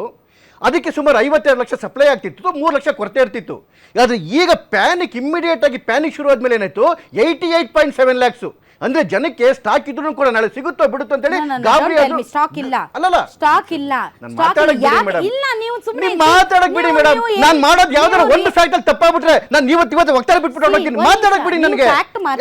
ರಿಯಾಲಿಟಿಗೂ ನಂಬರ್ಸ್ಗೂ ನೀವು ಮಾತಾಡಕ್ ಬಿಟ್ಟರೆ ರಿಯಾಲಿಟಿ ನಂಬರ್ 2 ಗೊತ್ತಾಗುತ್ತೆ ಮೇಡಮ್. ಮಾತಾಡಕ್ಕೆ ಬಿಡ್ಲಿಲ್ಲ ಅಂದ್ರೆ ನೀವು ಕೇಳಿಸ್ಕೊಂಡ್ರೆ ತಾನೆ ಆನ್ ಗ್ರೌಂಡ್ ಅಂತ ನಾನು ಹೇಳ್ತೀನಲ್ಲ. 55 ಲಕ್ಷ ಪ್ರತಿ ದಿವಸ ಡಿಮ್ಯಾಂಡ್ ಇತ್ತು, ಇದ್ದಕ್ಕಿದ್ದಂಗೆ ಪ್ಯಾನಿಕ್ ಜಾಸ್ತಿ ಆಯ್ತು, 50% ಜಾಸ್ತಿ ಡಿಮ್ಯಾಂಡ್ ಆಯ್ತು, 88.7 ಇದನ್ನ ಜಾಸ್ತಿ ಆಯ್ತು. ರೆಗ್ಯುಲರ್ ಆಗಿ 50 ಲಕ್ಷ ಸಿಲಿಂಡರ್ ಸಪ್ಲೈ ಆಗ್ತಿತ್ತು, 2.5 ಲಕ್ಷ ಸಿಲಿಂಡರ್ ಪರ್ ಡೇ ಜಾಸ್ತಿ ಮಾಡಿದ್ರು, 40% ಪ್ರೊಡಕ್ಷನ್ ಜಾಸ್ತಿ ಮಾಡಿದ್ರು. ಪ್ರತಿ ದಿವಸ ನಾರ್ಮಲ್ ದಿವಸಕ್ಕಿಂತ 2.5 ಲಕ್ಷ 3 ಲಕ್ಷ ಎಕ್ಸ್ಟ್ರಾ ಸಿಲಿಂಡರ್ ಆಯ್ತು. ಸಮಸ್ಯೆ ಆಗಿದೆ ಅಂತ ಕಮರ್ಷಿಯಲ್ ಸಿಲಿಂಡರ್ ಪ್ರಾಬ್ಲಮ್ ಆಗಿದೆ. ಅದಕ್ಕೆ ಸರ್ಕಾರವೂ ಒಪ್ಕೊಂಡಿದೆ. ಯಾಕೆ ಬರ್ಬೇಕಾದಂತ ಸ್ಟಾಕ್ ಇರೋದ್ರಿಂದ ಏನು ಹೋಟೆಲ್ಗಳಿಗೆ ಮತ್ತೆ ಕೆಲವು ಇಂಡಸ್ಟ್ರಿಗಳಿಗೆ ಅದನ್ನ ಸರ್ಕಾರವೇ ಹೇಳಿತ್ತು. ಅದನ್ನು ನೋಡಿ, ನಾನು ಉತ್ತರ ಕೊಡೋದಲ್ಲ. Even on the floor of the stage ಮುನಿಯಪ್ಪನವರು, ನಮ್ಮ ಮಂತ್ರಿ ಏನಲ್ಲ ಅವರು, ಕಾಂಗ್ರೆಸ್ನ ಮಂತ್ರಿ, ಅವರೇನು ಹೇಳಿದ್ರು, ಎಲ್ಲ ಸಪ್ಲೈ ಚೆನ್ನಾಗಿದೆ, ಮ್ಯಾಕ್ಸಿಮಮ್ 1 ವಾರ ಸಮಸ್ಯೆ ಪರಿಹಾರ ಮಾಡೋದಕ್ಕೆ 1 ವಾರ ತಡ್ಕೊಳ್ಳಿ ನೀವು. ಯಾಕೆಂತ ಹೇಳಿದ್ರೆ ಇವನ್ ಡಿಸ್ಟ್ರಿಬ್ಯೂಷನ್ ಸರಿ ಮಾಡ್ತೀವಿ, ಎಲ್ಲವನ್ನೂ ಸರಿ ಮಾಡ್ತೀವಿ, ಸ್ಟಾಕ್ ಎಲ್ಲವೂ ಚೆನ್ನಾಗಿದೆ on the floor of the house ಹೇಳಿದ್ರು. ಕೇಳಿದ್ದು ಕೇವಲ 7 ದಿವಸ ಮಾತ್ರ. ಇದು ಸಮಸ್ಯೆ ಭಾರತದಲ್ಲ, ಜಾಗತಿಕ ಸಮಸ್ಯೆ ಇದು. ಹಾಗಾಗಿ we are in the safest hands. ಇನ್ನು ಹೇಳಿದ್ನಲ್ಲ, ಇನ್ನು 2 ತಿಂಗಳು 3 ತಿಂಗಳು ಯುದ್ಧ ನಡೆದ್ರು ಕೂಡ ಭಾರತಕ್ಕೆ ಯಾವ ಸಮಸ್ಯೆನೂ ಆಗಲ್ಲ. We are in the safest hands ಅಂತ ಭಾಷಣ ಹೊಡೆಯೋದಕ್ಕೆ ಚೆನ್ನಾಗಿದೆ. ಯಾಕೆ ಅಂತಂದ್ರೆ on reality on the ground ಜನ ಪಡೆದಾಡ್ತಾ ಇದ್ದಾರೆ. ಕಮರ್ಷಿಯಲ್ ಸಿಲಿಂಡರ್ ಕೊರತೆ ಇದೆ ಅಂತ ಸ್ವತಃ ಒಪ್ಕೊಂಡಿದ್ದಾರೆ ಪೆಟ್ರೋಲಿಯಂ ಸಚಿವರು. ಮತ್ತು ಇನ್ನೊಂದು ಕಡೆ ಹೇಳ್ತೀರಾ ಸೇಫೆಸ್ಟ್ ಹ್ಯಾಂಡ್, ಕೇಳೋದಕ್ಕೆ ಚೆನ್ನಾಗಿದೆ, ಬಟ್ ಜನರ ಜಗತ್ತೇ ಇದಾದಾಗ ನಾನು ಅರ್ಧ ಗಂಟೆ ಬೇಗ ಹೇಳಬೇಕು, ನಾನು ಅರ್ಧ ಗಂಟೆಗೆ ಅಲ್ಲ ಏನ್ರಿ ಇದು ಸಂಬಂಧ ಯೋಚನೆ ಮಾಡಿ. ನೀವು ಸ್ವಲ್ಪ ಜಗತ್ತಿನ ಕಡೆ ಯೋಚನೆ ಮಾಡ್ಬೇಡಿ, ಸಣ್ಣದಾಗಿ ಕೂತ್ಕೊಂಡು ನಮ್ಮನೆ ಅಡಿಗೆ ಮಾಡೋದು ಯೋಚನೆ ಮಾಡಬೇಡಿ. ನೀವು ಜಗತ್ತಿನ ಸಮಸ್ಯೆ ಅದು, ನೀವು ದಾರಿ ತಪ್ಪಿಸ್ಬಾರ್ದ್ರಿ. ನೀವು ಜನಗಳಿಗೆ ಒಳ್ಳೆ ದಾರಿ ತೋರಿಸ್ಬೇಕು. ನಾನು ಇಲ್ಲ ಅಂತ ಹೇಳಿಲ್ಲ. ಈಗ ಒಬ್ಬನಿಗೆ ಹೊಟ್ಟೆ ಹಸ್ತಿದೆ, ಆತ ಆಹಾರಕ್ಕೋಸ್ಕರ ಬೇಡ್ತಾ ಇದ್ದಾನೆ. ಯಾವತ್ತು ಮನೆಗೆ ಒಂದು ಸಿಲಿಂಡರ್ ಕಡಿಮೆ ಆಗಿಲ್ಲ. ಒಂದ್ ನಿಮಿಷ, ಅಡುಗೆ ಸಿಲಿಂಡರ್ ಬಗ್ಗೆ ಮಾತಾಡ್ತಾ ಇಲ್ಲ, ಆದರೆ ಕಮರ್ಷಿಯಲ್ ಸಿಲಿಂಡರ್ ಇಂದ ಬಹಳಷ್ಟು ಹೋಟೆಲ್ಗಳು ಮುಚ್ಚಿವೆ, ಕಾರ್ಮಿಕರು ಬೀದಿ ಪಾಲಾಗಿದ್ದಾರೆ, ಫ್ಯಾಕ್ಟ್ರಿಗಳು ಮುಚ್ಚಿದ್ದಾವೆ, ಜನ ಬಡ್ಕೊಳ್ತಾ ಇದ್ದಾರೆ. ಬೆಳಗಾವಲ್ಲಿ ಒಬ್ಬ ಹೋಟೆಲ್ ಮಾಲೀಕ ಸುಸೈಡ್ ಮಾಡ್ಕೊಂಡು ಸತ್ತೋಗಿದ್ದಾನೆ. ಸೊ ನಾವು ಹಸಿದವನಿಗೆ ಅನ್ನ ಕೊಡದೆ your in safe hand, your in safe hand, your in safe hand ಅಂತಂದ್ರೆ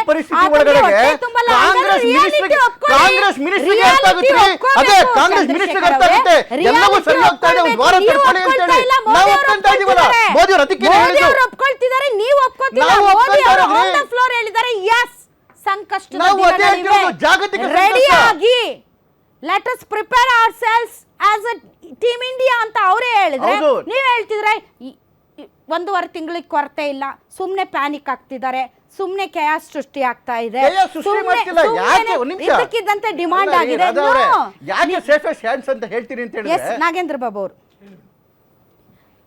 ತಮಗನ್ಸಿದ ಮಟ್ಟಿಗೆ ಸಂಕಷ್ಟ ಇಲ್ವಾ? ಸಂಕಷ್ಟ ಅಂತಕ್ಕಂಥದ್ದಕ್ಕೆ ಭಾರತದಲ್ಲಿ ಸರಿಸುಮಾರು 40 ಕೋಟಿಯಷ್ಟು ಗೃಹ ಬಳಕೆ ಗ್ಯಾಸನ್ನು ಇದಾದರೆ ವಾಣಿಜ್ಯದಲ್ಲಿ ಸರಿಸುಮಾರು 25 ಲಕ್ಷ ಒಂದು ದಿನಕ್ಕೆ ಬಳಕೆ ಆಗ್ತದೆ. ಆದರೆ ನಮ್ಮಲ್ಲಿ ಒಂದು 4 ವಾರಕ್ಕೆ ಆಗುವಷ್ಟು ನಾವು ಒಂದು ಸ್ಟಾಕ್ ಮಾಡ್ಕೋಬೋದು, ಅದಕ್ಕಿಂತಲೇ ಹೆಚ್ಚು ಮಾಡ್ಕೊಳ್ಳೋದಕ್ಕಾಗೋದಿಲ್ಲ. ನಂಬರ್ 1. ನಂಬರ್ 2 ನೋಡಿ, ಏನು ನಮಗೆ ಇವಾಗ 55% ನಾವೇನು ಆಮದು ಮಾಡ್ಕೋತಾ ಇದ್ವಿ, ಸರಿಸುಮಾರು LPGಲಿ ಹಿರಿಯರು ಕೂಡ ಒಪ್ತಾರೆ ಅಂತಕ್ಕಂಥದ್ದು ನನ್ನ ಭಾವನೆ. ನಮ್ಮ ಹಾರ್ಮೋನ್ ಜಲಸಂಧಿ ಥ್ರೂಯಿನ ಒಂದು 30% ಬರ್ತಾ ಇತ್ತು ನಮಗೆ. ಇವತ್ತು ನಮ್ಗೆ ಆಗಿರ್ತಕ್ಕಂಥ ಪ್ರಾಬ್ಲಮ್ ಅಲ್ಲೇನೇನೆ. ಯಾಕಂದ್ರೆ ಮಿಕ್ಕಿದ 25% ನಾವು ಅಲ್ಲಿ ಪ್ರಾಬ್ಲಮ್ ಯಾಕೆ ಆಗ್ತಿದೆ, ಆ ಪ್ರಾಬ್ಲಮ್ ನ ಸಾಲ್ವ್ ಮಾಡ್ಬೇಕಾಗಿತ್ತಲ್ಲ ಅನ್ನೋದೇ ಈಗ ಪ್ರಶ್ನೆ. ಒಂದು ಯುದ್ಧ ಅಂತಕ್ಕಂಥದ್ದು ಯಾರು ಬಯಸಿದ್ದಂಥದ್ದಲ್ಲ. ಏಕಾಏಕಿ ಆದಂಥ ಸಂದರ್ಭದಲ್ಲಿ ಆಗಲೇ ತಾವೊಂದು ಒಳ್ಳೆ ಮಾತನ್ನು ಹೇಳಿದ್ರಿ, ಮೆಚ್ಚಬೇಕಾದ್ದೇನೆ. ಸನ್ಮಾನ್ಯ ನರೇಂದ್ರ ಮೋದಿ ಅವರು ಸ್ಪಷ್ಟವಾಗಿ ಹೇಳಿದ್ದು, ಯಾವೊಂದು ಕೋವಿಡಲ್ಲಿ ಎಲ್ಲರೂ ನಾವು ಕೈ ಜೋಡಿಸಿದ್ವೋ ಅದೇ ರೀತಿ ಎಲ್ಲರೂ ಸಹಕಾರ ಕೊಟ್ಕೊಂಡು ಒಬ್ರಿಗೊಬ್ರು ಸಹಕಾರ ಮಾಡಿಕೊಂಡು ದೇಶವನ್ನು ಮುನ್ನಡೆಸಬೇಕು ಅಂತ ಹೇಳಿದ್ದು ಸ್ಪಷ್ಟ, ಅದರಲ್ಲಿ ಎರಡನೇ ಮಾತಿಲ್ಲ. ಇಲ್ಲಿ ಆಗಿರ್ತಕ್ಕಂಥ ಪರಿಸ್ಥಿತಿಲಿ ಇವತ್ತು ನಾವು ಆಗಲೇ ಮಿತ್ರರು ಹೇಳ್ತಾ ಇದ್ರು, ಒಂದು ವಿಶಾಖಪಟ್ಟಣಂ ಬಿಟ್ಟರೆ ನಮ್ಮ ಮಂಗಳೂರಲ್ಲಿ ಮಾತ್ರ ಇರ್ತಕ್ಕಂಥ ಫ್ಲೋಟಿಂಗಲ್ಲಿರುತ್ತೆ.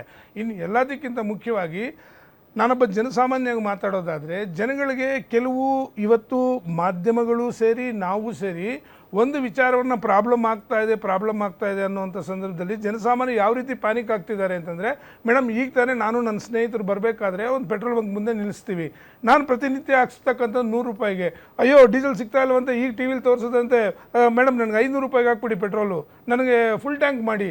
ಸ್ಟಾಕ್ ಹೆಂಗಾಗ್ತಾ ಇದೆ ಅಂತಂದರೆ, ಪ್ರತಿಯೊಂದು ವೆಹಿಕಲ್ ಯೂಸ್ ಮಾಡಲಿಲ್ಲ ಅಂತಲೂ ಕೋಟ್ಯಾಂತರ ಲೀಟ್ರ್ ಇವತ್ತು ಸ್ಟಾಕ್ ಆಗಿ ಮಾಡ್ಕೊಳ್ಳೋ ಪರಿಸ್ಥಿತಿ ಆಗೋಗಿದೆ. ಇಲ್ಲಿ ಸಮಸ್ಯೆಗಳು ಉಲ್ಬಣ ಆಗ್ತಾ ಇರ್ತಕ್ಕಂಥದ್ದು. ಸುಮ್ಮನೆ ಗ್ಯಾಸ್ ನಿಮಗೆ ಸಪ್ಲೈ ಆಗ್ತಾ ಇದೆ, ಇಷ್ಟು ದಿವಸ ಒಳಗಡೆ ಕೊಡ್ತಾ ಇದ್ದೀವಿ ಅಂತ ಪದೇ ಹೇಳಿದ್ರು ಗ್ಯಾಸ್ ಏಜೆನ್ಸಿಗಳ ಮುಂದೆ ಹೋಗಿ ಸಿಲಿಂಡರ್ಗಳು ಇಟ್ಕೊಂಡು ಸುಮ್ಮನೆ ಜನಗಳು ಅಯ್ಯೋ ಸಿಗಲ್ವಂತೆ ನೀವು ಬನ್ನಿ ನಾವು ಹೋಗಿದ್ವಿ. ಜನಗಳಿಗೆ ನಾವು ತಮ್ಮ ಮಾಧ್ಯಮಗಳ ಮುಖಾಂತರ ನಿಮಗೆ ಕೈ ಜೋಡಿಸಿ ಮುಗಿತೀನಿ, ದಯವಿಟ್ಟು ಜನಗಳಿಗೆ ತಾವೇ ಇವತ್ತು ಮುನ್ನೆಲೆಗೆ ಬರಬೇಕಾಗಿರ್ತಕ್ಕಂಥದ್ದು. ಜನಗಳಿಗೆ ಸ್ಪಷ್ಟವಾದಂಥ ಒಂದು ಸಂದೇಶವನ್ನು ಕೊಡಿ. ಯಾವುದೇ ಕಾರಣಕ್ಕೂ 60 ದಿನಗಳಷ್ಟು ಆಗೋ ತನಕ ನಮಗೆ ಕಚ್ಚಾ ತೈಲ ನಮ್ಮಲ್ಲಿದೆ, ಪೆಟ್ರೋಲ್ ಡೀಸೆಲ್ ಸಿಗುತ್ತೆ, ಹೆಚ್ಚು ಕಮ್ಮಿ 4 ವಾರಗಳ ಮೇಲ್ಪಟ್ಟು ಕೂಡ ನಮ್ಮಲ್ಲಿ ಗ್ಯಾಸ್ ಸಿಗ್ತಕ್ಕಂಥ ಪರಿಸ್ಥಿತಿ ಇದೆ. ಇನ್ನೊಂದು ವಿಚಾರ ಏನು ಅಂತಂದರೆ, ಈ ಕೆಲವು ಯಾರು ಈ ಮಧ್ಯವರ್ತಿಗಳಿದ್ದಾರೆ, ಈ ಕೆಲವು ಈ ಬ್ರೋಕರ್ಗಳಿದ್ದಾರೆ, ಇವರು ಕೃತ್ರಿಮವಾದಂಥ ಅಭಾವವನ್ನು ಸೃಷ್ಟಿ ಮಾಡಕ್ಕೆ ಹೊರಟಿದ್ದಾರೆ. ಬ್ರೋಕರ್ಗಳಂತಕ್ಕಂಥ ಪದ ಬಳಕೆ ಮಾಡ್ತಾ ಇದ್ದೀನಿ ಮೇಡಮ್. ಹೌದು, ಈಗ ಆಚೆ ಕಡೆ ಮೇಡಮ್ ಸಾಕಷ್ಟು ಪ್ರತಿಯೊಂದು ಇಲ್ಲ ಹೇಳ್ತಿದ್ದೀನಿ ಕೇಳಿ. ಒಂದು ಏಜೆನ್ಸಿಲಿ ನಿಮ್ಗೊಂದು ಇಲ್ಲಿ ನಮ್ಮ ಹೆಣ್ಮಕ್ಳು ಬೇಡ ಸರ್, ಎಷ್ಟು ಪರ್ಸೆಂಟೇಜ್ ಕೃತಕ ಅಭಾವ, ಎಷ್ಟು ಪರ್ಸೆಂಟೇಜ್ ಕಾಳಸಂತೆಯಲ್ಲಿ ಮಾರ್ಕೊಳ್ತಾ ಇದ್ದಾರೆ ಶೇಕಡ ಈಗ ಹೆಚ್ಚು ಕಡಿಮೆ ಒಂದು 15% ಯಾಕಾಗಿದೆ ಅಂತಕ್ಕಂಥದ್ದು ಮೇಡಮ್ ಒಂದು ನಿಮಿಷ ಕೇಳಿ. ನಮ್ಮ ಹತ್ರ ಇದೆ, ನನ್ನ ಹತ್ರ ಮಾಹಿತಿ ಇದೆ, ಅದ್ರಲ್ಲಿ ಏನು ಅಂತಕ್ಕಂಥ ನೀವು ಕೇಳಬೇಕು. ನೋಡಿ, ಒಂದು ಸಿಲಿಂಡರ್ ನ ಆಚೆ ಕಡೆ ಮೇಡಮ್ 4,000 5,000 ಜಾಸ್ತಿ ತಗೊಂತಾ ಇರ್ತಕ್ಕಂಥ ಪರಿಸ್ಥಿತಿ ಇದೆಯಾ ಇಲ್ವಾ ಇವತ್ತು? ಇಂಥ ಒಂದು ಬ್ರೋಕರ್ಗಳನ್ನ ಮೊದಲು ಹಿಡಿಬೇಕು ಸರ್ಕಾರ ಕೂಡ. ಇಂಥವ್ರನ್ನೆಲ್ಲ ಹಿಡಿದ್ಬಿಟ್ಟು ಬಂದೈತೆ ಸರ್ಕಾರ, ಇಂಥವ್ರನ್ನೆಲ್ಲ ಹಿಡಿದ್ಬಿಟ್ಟು ರೋಡಲ್ಲಿ ನಿಲ್ಲಿಸಿದ್ದಾರೆ. ಪ್ಲೀಸ್ ಹೇಳಿ ಮೇಡಮ್. ನಾಗೇಂದ್ರ ಬಾಬು ಅವರೇ, ನೋಡಿ, ಒಂದು ಸಿಲಿಂಡರು ಗಿಂತ ಇನ್ನೊಂದು ಸಿಲಿಂಡರ್ಗೆ ಮಧ್ಯದಲ್ಲಿ ವೇಟಿಂಗ್ ಪೀರಿಯಡ್ 25 ದಿನ ಇಟ್ಟಿದ್ದಾರೆ. ಒಂದು ನಿಮಿಷ, ಹೌದು, ಮೊದಲೆಲ್ಲ 2 ದಿನ, ಇನ್ನೂ ಅದು ಅಧಿಕೃತ ಆಗಿಲ್ಲ. 2 ದಿನದಿಂದ 3 ದಿನ ವೇಟಿಂಗ್ ಪೀರಿಯಡ್ ಇರ್ತಿತ್ತು ಅಷ್ಟೇ. ಈಗ 25 ದಿನ ಆಗಿದೆ. So that is the change. 2 commercial cylinder ಅಲ್ಲಿ ಪೂರೈಕೆ ಆಗ್ತಾ ಇರೋದೇ 20%. ಮೊನ್ನೆ ಹೋಟೆಲ್ ಮಾಲೀಕರ ಸಂಘ ಕೋರ್ಟ್ಗೆ ಹೋಗಿತ್ತು. ಅದರಲ್ಲಿ ಸರ್ಕಾರದ ಪರವಾಗಿ ಏನು ಅಭಿಯೋಜಕರು ಹೋಗಿದ್ದು ಅವ್ರು ಹೇಳಿದ್ದು, ಎಸ್ ಜಾಗತಿಕವಾಗಿ ತೈಲ ಕೊರತೆ ಇದೆ, ಹೀಗಾಗಿ ನಮಗೆ ಪೂರೈಕೆ ಕಡಿಮೆ ಆಗಿದೆ, ಪೂರೈಕೆ ಕಡಿಮೆ ಆಗಿರೋದ್ರಿಂದ ನಿಮಗೆಲ್ಲ ಸಿಲಿಂಡರ್ ಕೊಡೋದಕ್ಕೆ ನಮ್ಗೆ ಆಗ್ತಾ ಇಲ್ಲ ಅಂತ ಒಪ್ಕೊಂಡು ಬಂದಿದ್ದಾರೆ. 1 ನಿಮಿಷ. ಸೊ ಹಿಂಗಾಗಿ ನೀವು ಬರ್ತಿರೋ 20% ಅಲ್ಲಿ 15% ಇದು ಏನು ದಲ್ಲಾಳಿಗಳು ಬ್ರೋಕರ್ಗಳು ಕೈವಾಡ ಇದೆ ಅಂತ ಹೇಳಿದ್ರೆ ಜನರಿಗೆ ತುಂಬಾ ರಾಂಗ್ ಮೆಸೇಜ್ ಪಾಸ್ ಮಾಡ್ದಂಗೆ ಆಗುತ್ತೆ. ಜವಾಬ್ದಾರಿಯುತ ವಕ್ತಾರರಾಗಿ ತಾವು ಕರೆಕ್ಟ್ ನಾನು ಕೊಡ್ತಾ ಇದ್ದೀನಿ. ಯಾವ ಇವರು ಹೋಟೆಲ್ ಮಾಲೀಕರು ಸರ್ಕಾರದ ಮುಂದೆ ಕೋರ್ಟ್ಗೆ ಹೋಗಿದ್ರು ಆವತ್ತಿನ ದಿನ ಯುದ್ಧದ ಪರಿಸ್ಥಿತಿ ತುಂಬಾ ಬಿಗಡಾಯಿಸಿತ್ತು. ದಯಮಾಡಿ ಈಗೇನ್ ಭಾಳ ಚೆನ್ನಾಗಾಗಿದ್ಯಾ? ಒಂದ್ ನಿಮಿಷ ಇರಿ ಮೇಡಮ್, ಎಷ್ಟು ಅಡುಗೆಗಳು ಬಂದಿದೆ ಈಗ ಹಾಗಾದ್ರೆ ದೇಶಕ್ಕೆ? ಎಷ್ಟು ಅಡುಗೆಗಳು? 5 ಅಡುಗೆಗಳು ಎಕ್ಸ್ಟ್ರಾ ಬಂದಿದೆ ಇವಾಗ. ಒಂದ್ ನಿಮಿಷ ದಯವಿಟ್ಟು ನೀವು ಇದನ್ನ ತಿಳ್ಕೋಬೇಕು. ಅಂಕಿಅಂಶಗಳು ನಾನು ಹೇಳ್ತೀನಿ. ಒಂದು ದಿನ ನಮಗೆ ನಾವು ಬಳಕೆ ಮಾಡುವಂತಹ ಗ್ಯಾಸ್ ಎಷ್ಟು ಗೊತ್ತಾ? ಇಡೀ ದೇಶ 1,80,000 ಟನ್. ಒಂದು ಹಡಗು ಹೊತ್ತಿ ಬರ್ತಾ ಇರುವಂತ ಕೆಪಾಸಿಟಿ ಎಷ್ಟು ಗೊತ್ತಾ? 40,000 lakh ton. Not even for ಅರ್ಧ ದಿನ.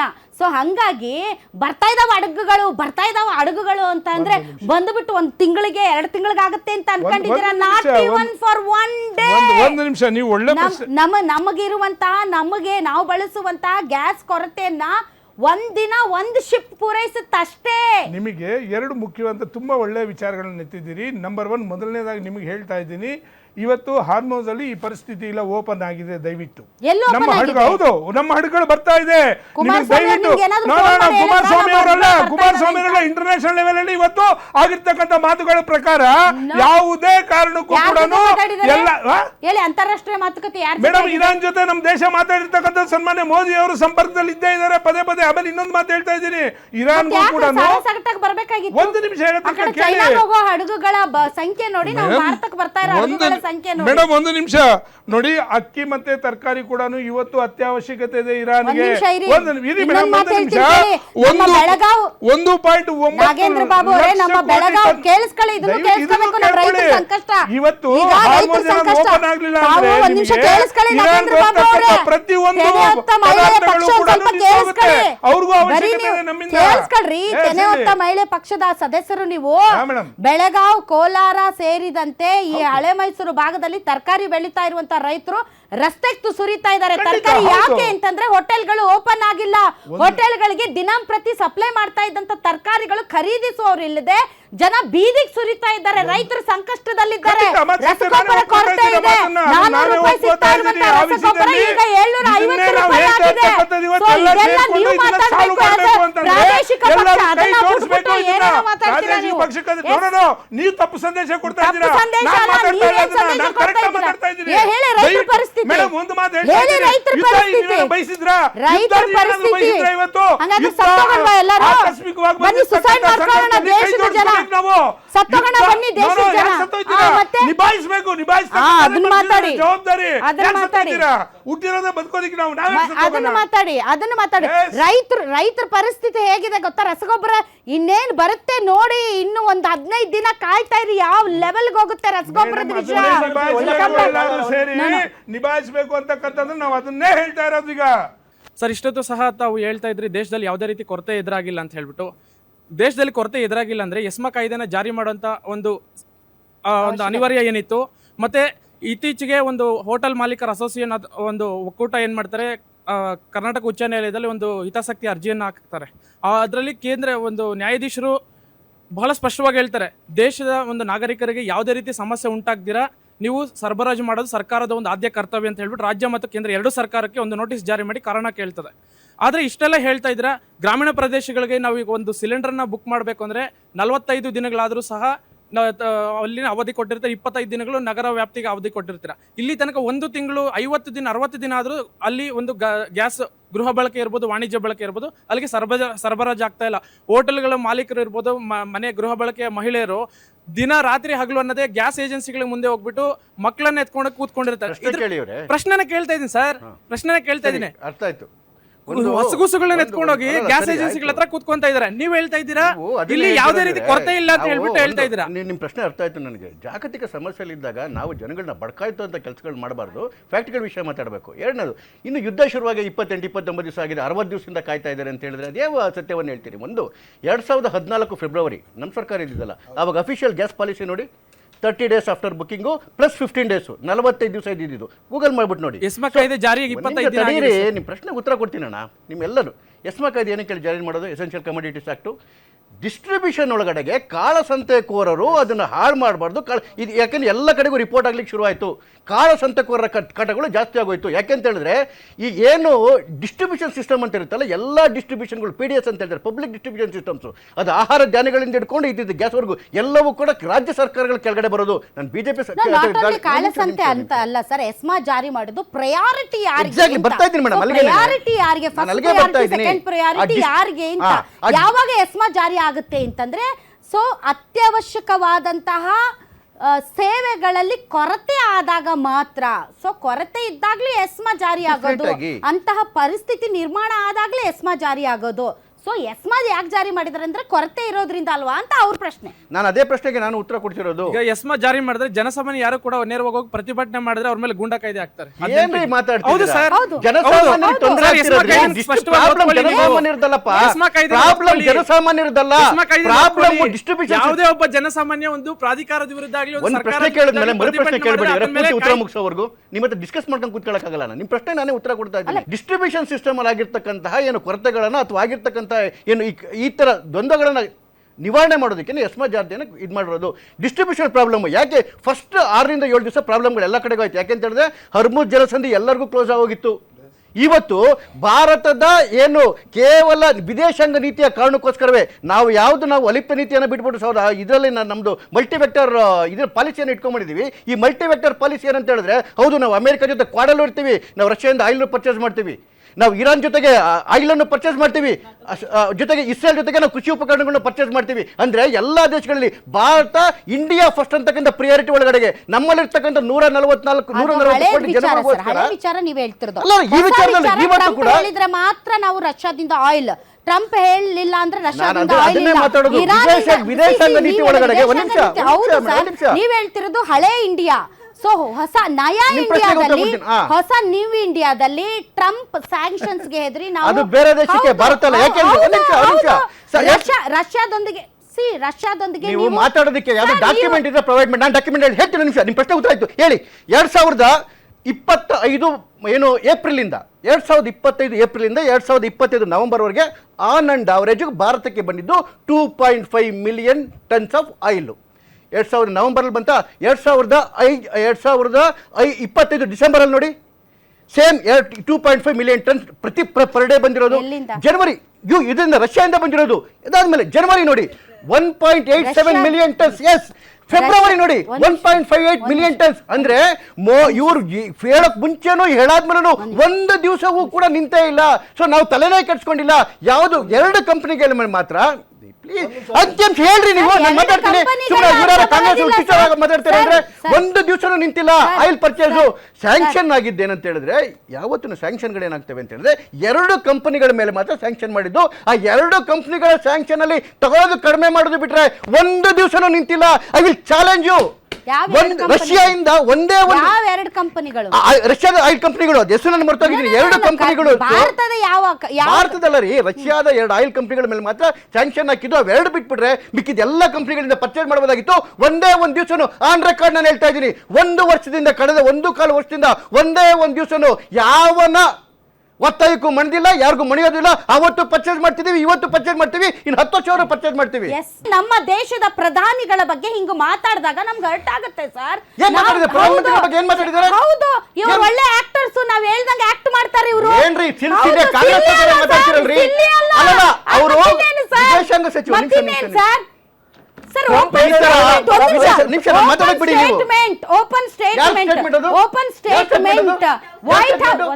ವೈಟ್ ಹೌಸ್ ನ ಸೆಕ್ರೆಟರಿ ಓಪನ್ ಆಗಿ ಕೊಟ್ಟಂತ ಸ್ಟೇಟ್ಮೆಂಟ್ ಇಂಡಿಯಾ ನಾವ್ ಹೇಳ್ದಂಗ್ ಕೇಳುತ್ತೆ.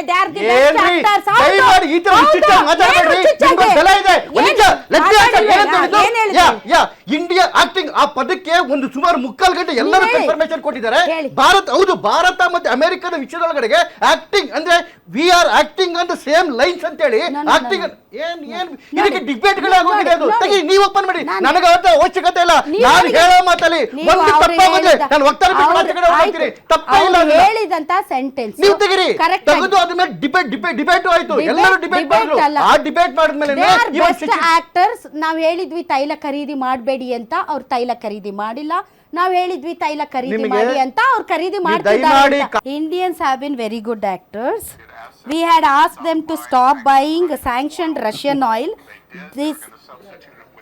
ಅದೇ ನಂದನೆ ಹೇಳ್ತಾ ಇದ್ದೀನಲ್ಲ, ಇದಕ್ಕೇನೆ ಇಂಡಿಯನ್ ಎಕ್ಸ್ಟರ್ನಲ್ ಮಿನಿಸ್ಟರ್ ಅವತ್ತೇ ಇದು ಮಾಡಿತ್ತು. ಯಾವತ್ತೇ ಒಂದೇ ಒಂದು ದಿವಸನೂ ಕೂಡ ನಂದು ಇಂಪೋರ್ಟ್ ನಿಂತಿಲ್ಲ. ಒಂದು ಇವನೇನು ಎಕ್ಸ್ಟರ್ನಲ್ ಈ ವಿದೇಶಾಂಗ ಸಚಿವ ಹೇಳಿದ್ದಲ್ಲ, ಈವನ್ ಟ್ರಂಪ್ ಟ್ರಂಪ್ ಹೇಳಿದ ಹೇಳಿ, ಟ್ರಂಪ್ ಏನ್ ಹೇಳಿದ್ರು, ಪಾಕಿಸ್ತಾನ ಮತ್ತೆ ಭಾರತ ಯುದ್ಧವನ್ನು ನಿಲ್ಸಿದ್ ನಾನೇ ಅಂತ 100 ಸರಿ ಹೇಳಿದಾಗಲೂ ಕೂಡ ಇದಕ್ಕೆ ಬಂದಾಗ ಇದಕ್ಕೂ ಕೂಡ ಆರ್ ವೆರಿ ಗುಡ್ ಆಕ್ಟರ್ಸ್. ನಾವ್ ಹೇಳಿದ್ವಿ ರಷ್ಯಾದ ಸ್ಯಾಂಕ್ಷನ್ಡ್ ಆಯಿಲ್ ತಗೋಬೇಡಿ ಅಂತ, ಅವ್ರು ತಗೊಂಡಿಲ್ಲ.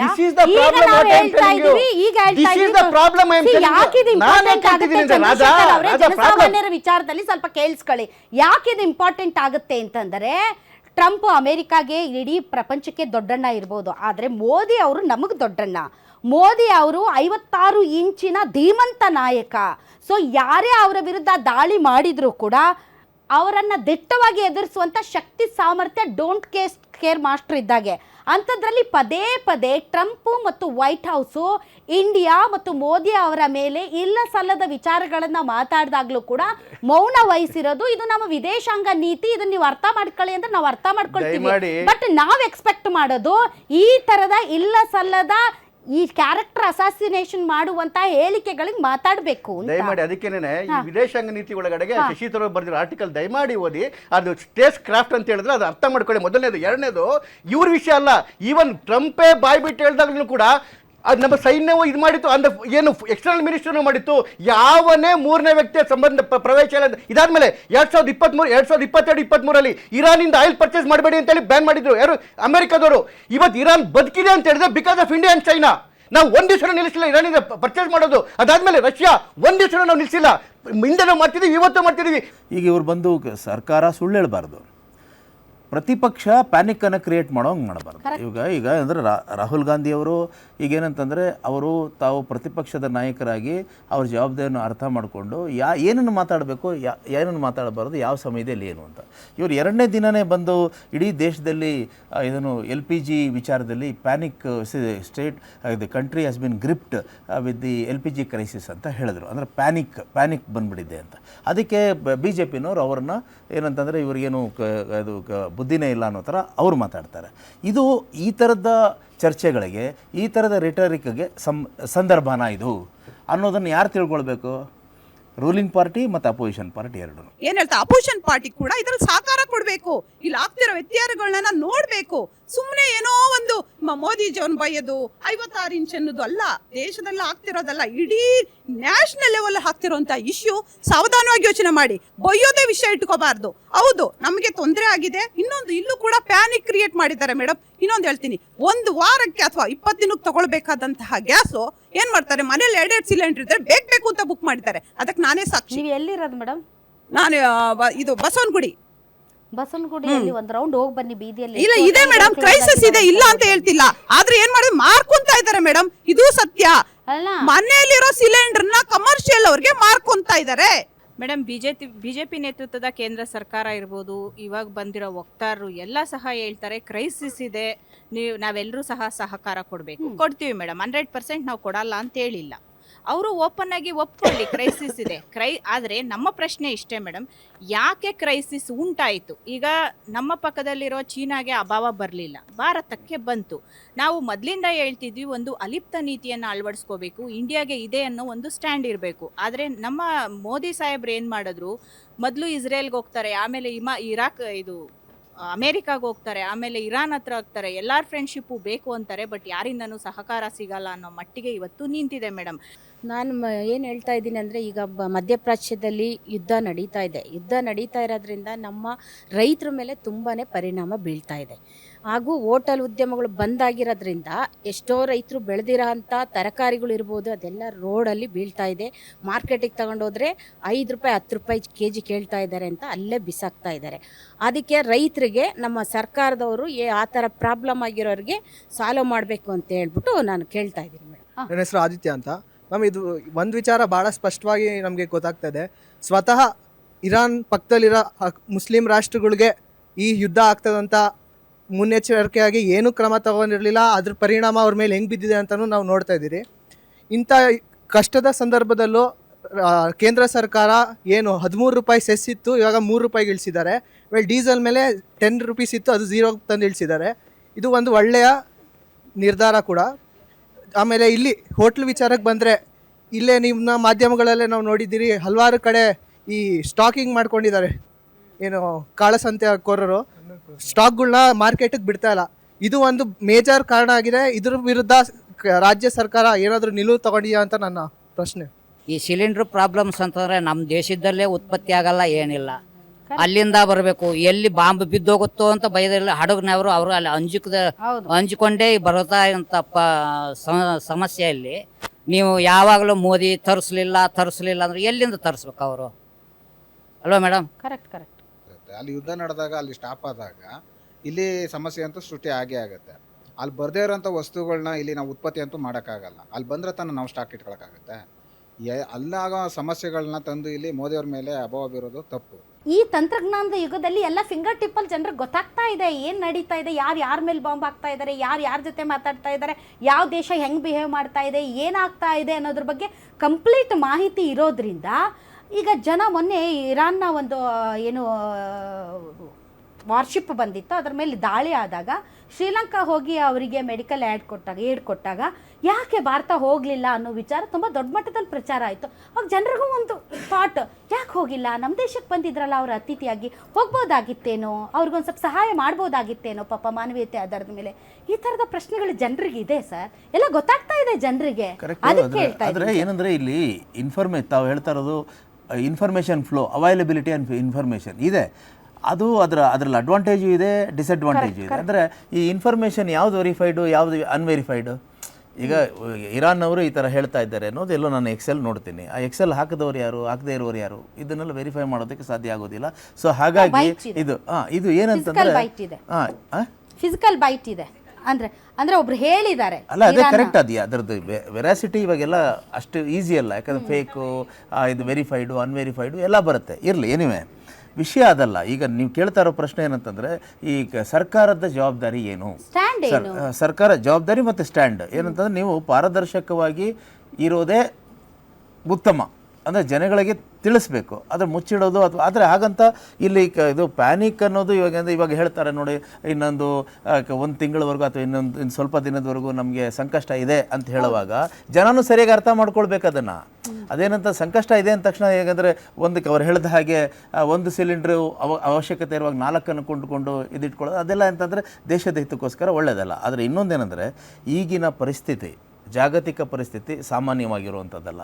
ಎಂಥದ್ದು ಅಂತಂದರೆ, ಈ ಥರದ್ದು ಭಾಳ ವಿಚಿತ್ರವಾದಂಥ ಒಂದು ವಿಪರ್ಯಾಸಕರವಾದಂಥ ಪರಿಸ್ಥಿತಿ. ಹೇಗೆ ಅಂದರೆ, ಅಮೆರಿಕಾದಂಥ ದೇಶಕ್ಕೆ ಒಬ್ಬ ಟ್ರಂಪ್ ಅಂತ ಒಬ್ಬ ಅಧ್ಯಕ್ಷ, ಅವರು ಹುಚ್ಚ ಅಂತ ನಾನು ಹೇಳೋದಿಲ್ಲ, ಇತ್ತೀಚೆಗೆ ಅವರ ಸ್ಟೇಟ್ಮೆಂಟ್ಸ್ ಒಂದು ಫಿನಿಕಲ್ ಆಗಿರುವಂಥದ್ದು ಪಾಪ್ಯುಲಾರಿಟಿ ಅಮೆರಿಕಾದಲ್ಲೇ. ಈಗ ನಾವು ಟ್ರಂಪ್ ಅವ್ರಿಗೆ ಹಂಗೆ ಹೇಳೋದಾದರೆ, ಈ ಟ್ರಂಪ್ ಜೊತೆ ಇನ್ನೊಂದಿದೆ ಇಸ್ರೇಲ್. ಟ್ರಂಪ್ ಮಾತನ್ನ ಇಸ್ರೇಲ್ ಕೇಳ್ತಾ ಇಲ್ಲ. ಈಗ ಆ್ಯಕ್ಚುಲಿ ಅಮೆರಿಕಾಗೆ ಎಂಥ ಒಂದು ಪರಿಸ್ಥಿತಿ ಬಂದಿದೆ, ಅವ್ರು ಸುಸ್ತಾದಂಗೆ ಕಾಣಿಸ್ತಾ ಇದೆ ನನಗೆ. ಈಗ ಈ ಯುದ್ಧವನ್ನು ನಿಲ್ಲಿಸೋಣ ಅಂತ ಅವ್ರು ಅಮೆರಿಕಾದವರು ಸೂಚನೆ ಕೊಡ್ತಾ ಇರುವಾಗ ಇಸ್ರೇಲ್ ನಿಲ್ಲಿಸ್ತಾ ಇಲ್ವಲ್ಲ. ಇಸ್ರೇಲನ್ನು ಕಂಟ್ರೋಲ್ ಮಾಡೋದಕ್ಕೆ ಅಮೆರಿಕಾಗೆ ಆಗ್ತಾ ಇಲ್ಲ. ಅಮೆರಿಕಾದ ಜೊತೆ ಇದನ್ನು ಕೋಆರ್ಡಿನೇಟ್ ಮಾಡಿಕೊಂಡು ಯುದ್ಧವನ್ನು ಮುಂದುವರಿಸೋದಕ್ಕೆ ಇವ್ರ ಕೈನಲ್ಲಿ ಆಗ್ತಾ ಇಲ್ಲ. ಆಮೇಲೆ ಫಸ್ಟ್ ಆಫ್ ಆಲ್ ಅವರಿಬ್ಬರು ಯುದ್ಧ ಯಾಕೆ ಮಾಡ್ತಾ ಇದ್ದಾರೆ ಅನ್ನೋದು ಅವ್ರಿಗೆ ಗೊತ್ತಿದೆಯಲ್ಲ, ನನಗೆ ಗೊತ್ತಿಲ್ಲ. ಯಾಕೆ ಅಂತಂದರೆ, ಇವಾಗ ಆಯಿಲೇ ಮುಖ್ಯ ಅನ್ನೋದಾದರೆ, ಇವರು ಈ ಇಸ್ರೇಲ್ ಇರ್ಬೋದು, ಅಮೆರಿಕ ಇರ್ಬೋದು, ಯುರೋಪ್ ಇರ್ಬೋದು, ಅತ್ಯಂತ ಮುಂದುವರೆದಂಥ ರಾಷ್ಟ್ರಗಳು, ಅವಾಗೆ ಟೆಕ್ನಾಲಜಿ, ಸೈನ್ಸು ಎಲ್ಲ ಗೊತ್ತಿದೆ. ಈಗ ಆಯಿಲ್ ಡಿಪೆಂಡೆನ್ಸಿ ಅನ್ನೋದು ಅವರ ಸೈನ್ಸು ಟೆಕ್ನಾಲಜಿಯನ್ನು ತೊಗೊಳ್ಳೋದಾದ್ರೆ ಇಷ್ಟೊತ್ತಿಗೆ ಇರಲೇಬಾರ್ದಾಗಿತ್ತು. ಈ ಕಾಳಸಂತೆಕೋರರು ಯಾರಿದ್ದಾರೆ ಅವರುಗಳ ಬಗ್ಗೆ ಸರ್ಕಾರಗಳು ಎಷ್ಟು ತೀಕ್ಷ್ಣವಾಗಿ ಕ್ರಮ ಕೈಗೊಳ್ತಾವೋ ಎಲ್ಲ ವಿಚಾರಗಳು ಒಂದು ದಾರಿಗೆ ಬರುತ್ತೆ ಅಂತಕ್ಕಂಥದ್ದು. ಬೇರೆ ದೇಶಗಳು ಇವತ್ತು ನಾವು ಹೋಲಿಸ್ಕೊಂಡ್ರೆ, ಆಸ್ಟ್ರೇಲಿಯಾದಲ್ಲಿ 18.23% ಜಾಸ್ತಿ ಆಗಿದೆ, ಅಮೆರಿಕಾದಲ್ಲಿ 16.55%, ಜರ್ಮನಿ 13.3%, ಪಾಕಿಸ್ತಾನದಲ್ಲಿ 24.49 ಜಾಸ್ತಿ ಆಗಿದೆ, ಕಾಂಬೋಡಿಯಾದಲ್ಲಿ 67.81 ಆದರೆ ಕೆನಡಾದಲ್ಲಿ 28.35%, ಮತ್ತು ನಮ್ಮ ಯಾವುದು ನೇಪಾಳಲ್ಲಿ ಹೆಚ್ಚು ಕಮ್ಮಿ 10 ರೂಪಾಯಿ ಒಂದು ಲೀಟ್ರ್ ಜಾಸ್ತಿ ಆಗಿದೆ. ಇವತ್ತು ನಮ್ಮ ಪರಿಸ್ಥಿತಿ ಎಲ್ಲ ಒಂದು ರೀತಿ ಇದೆ. ಈಗ ತಾನೇ ಏನೊಂದು ತೈಲ ಒಂದು ತಜ್ಞರುಗಳೇನಿದ್ದಾರೆ ಸರ್, ಇವತ್ತೊಂದು ಮಾತನ್ನು ಹೇಳಿದ್ದಾರೆ, ಮೇ ತನಕ ಈ ಯುದ್ಧ ಏನಾದರೂ ಕಂಟಿನ್ಯೂ ಆದರೆ ಇಡೀ ವಿಶ್ವಕ್ಕೇನೆ ಆರ್ಥಿಕ ಬಿಕ್ಕಟ್ಟು ಮೇ ತಿಂಗಳಲ್ಲಿ ಉಂಟಾಗೋ ಪರಿಸ್ಥಿತಿ ಅಂತಕ್ಕಂಥ ಗಂಭೀರವಾದ ವಿಚಾರ ಹೇಳಿರೋದ್ರಿಂದ ಬಟ್ ಎಲೆಕ್ಷನ್ ವರ್ಗು ಏನ್ ಜಾಸ್ತಿ ಆಗಲ್ಲ ಜನರಿಗೆ ಆ ಅಶ್ಯೂರೆನ್ಸ್. ಎಲೆಕ್ಷನ್ ವಿಷಯ ನಾನು ಮಾತಾಡ್ತಾ ಎಲೆಕ್ಷನ್ಗೆ ಇದಕ್ಕೆ ಸಂಬಂಧ ಇಲ್ಲ. ನಾನು ಮಾತಾಡ್ತಾ ಇರ್ತಕ್ಕಂಥದ್ದು ನಮ್ಮ ಮೂಲಭೂತ ಸೌಕರ್ಯ. ಯಾಕೆಂತಂದರೆ ನಮ್ಮ ದೇಶ ಸುರಕ್ಷತೆ ಬಗ್ಗೆ ನಾವು ಮಾತಾಡಬೇಕಾಗ್ತದೆ. ಎಲ್ಲ ಪಕ್ಷಗಳು, ಎಲ್ಲ ಜನಾಂಗದವರು, ಎಲ್ಲ ಒಂದು 140 ಕೋಟಿ ಜನ ಕೈ ಜೋಡಿಸ್ಬೇಕಾಗ್ತದೆ. ಇಂಥ ಒಂದು ಸಂದರ್ಭದಲ್ಲಿ ನಾವೆಲ್ಲ ಒಟ್ಟಾಗಿ ಒಂದಾಗಿ ಪ್ಲಸ್ ರಾಷ್ಟ್ರ ಸರ್ಕಾರ, ರಾಜ್ಯ ಸರ್ಕಾರ ಆಗಿರ್ಬೋದು, ಪರ್ಯಾಯ ವ್ಯವಸ್ಥೆಗಳನ್ನ ಕಲ್ಪಿಸಿ ಜನಸಾಮಾನ್ಯರಿಗೆ ತೊಂದರೆ ಕೊಡ್ದಂಗೆ ನಾವು ನೋಡ್ಕೊಳ್ತಕ್ಕಂಥದ್ದು ಎಲ್ಲರ ಕರ್ತವ್ಯ ಇದೆ ಅಂತಕ್ಕಂಥದ್ದು ಸ್ಪಷ್ಟವಾಗಿ ಇಚ್ಛೆ. ಭಾರತವಾಗಿ ಒಂದು ಸ್ಟ್ಯಾಂಡ್ ತಗೋಬೇಕು. ಆ ಸ್ಟ್ಯಾಂಡನ್ನು ಇಲ್ಲಿವರೆಗೆ ನರೇಂದ್ರ ಮೋದಿ ಅವರು ಲೀಡರ್ ಸ್ಟ್ಯಾಂಡನ್ನು ತೋರಿಸಿಲ್ಲ. ಏನಕ್ಕೆ ಅಂದರೆ ಅವರು ಮೊನ್ನೆನೂ ಒಂದು ಟ್ರಂಪ್ ಒಂದು ಸ್ಟೇಟ್ಮೆಂಟ್ ಮಾಡಿದ್ರು, we are signing a deal with Reliance to construct a big oil refinery in Texas. What does that mean madam? ಹೇಳಿ.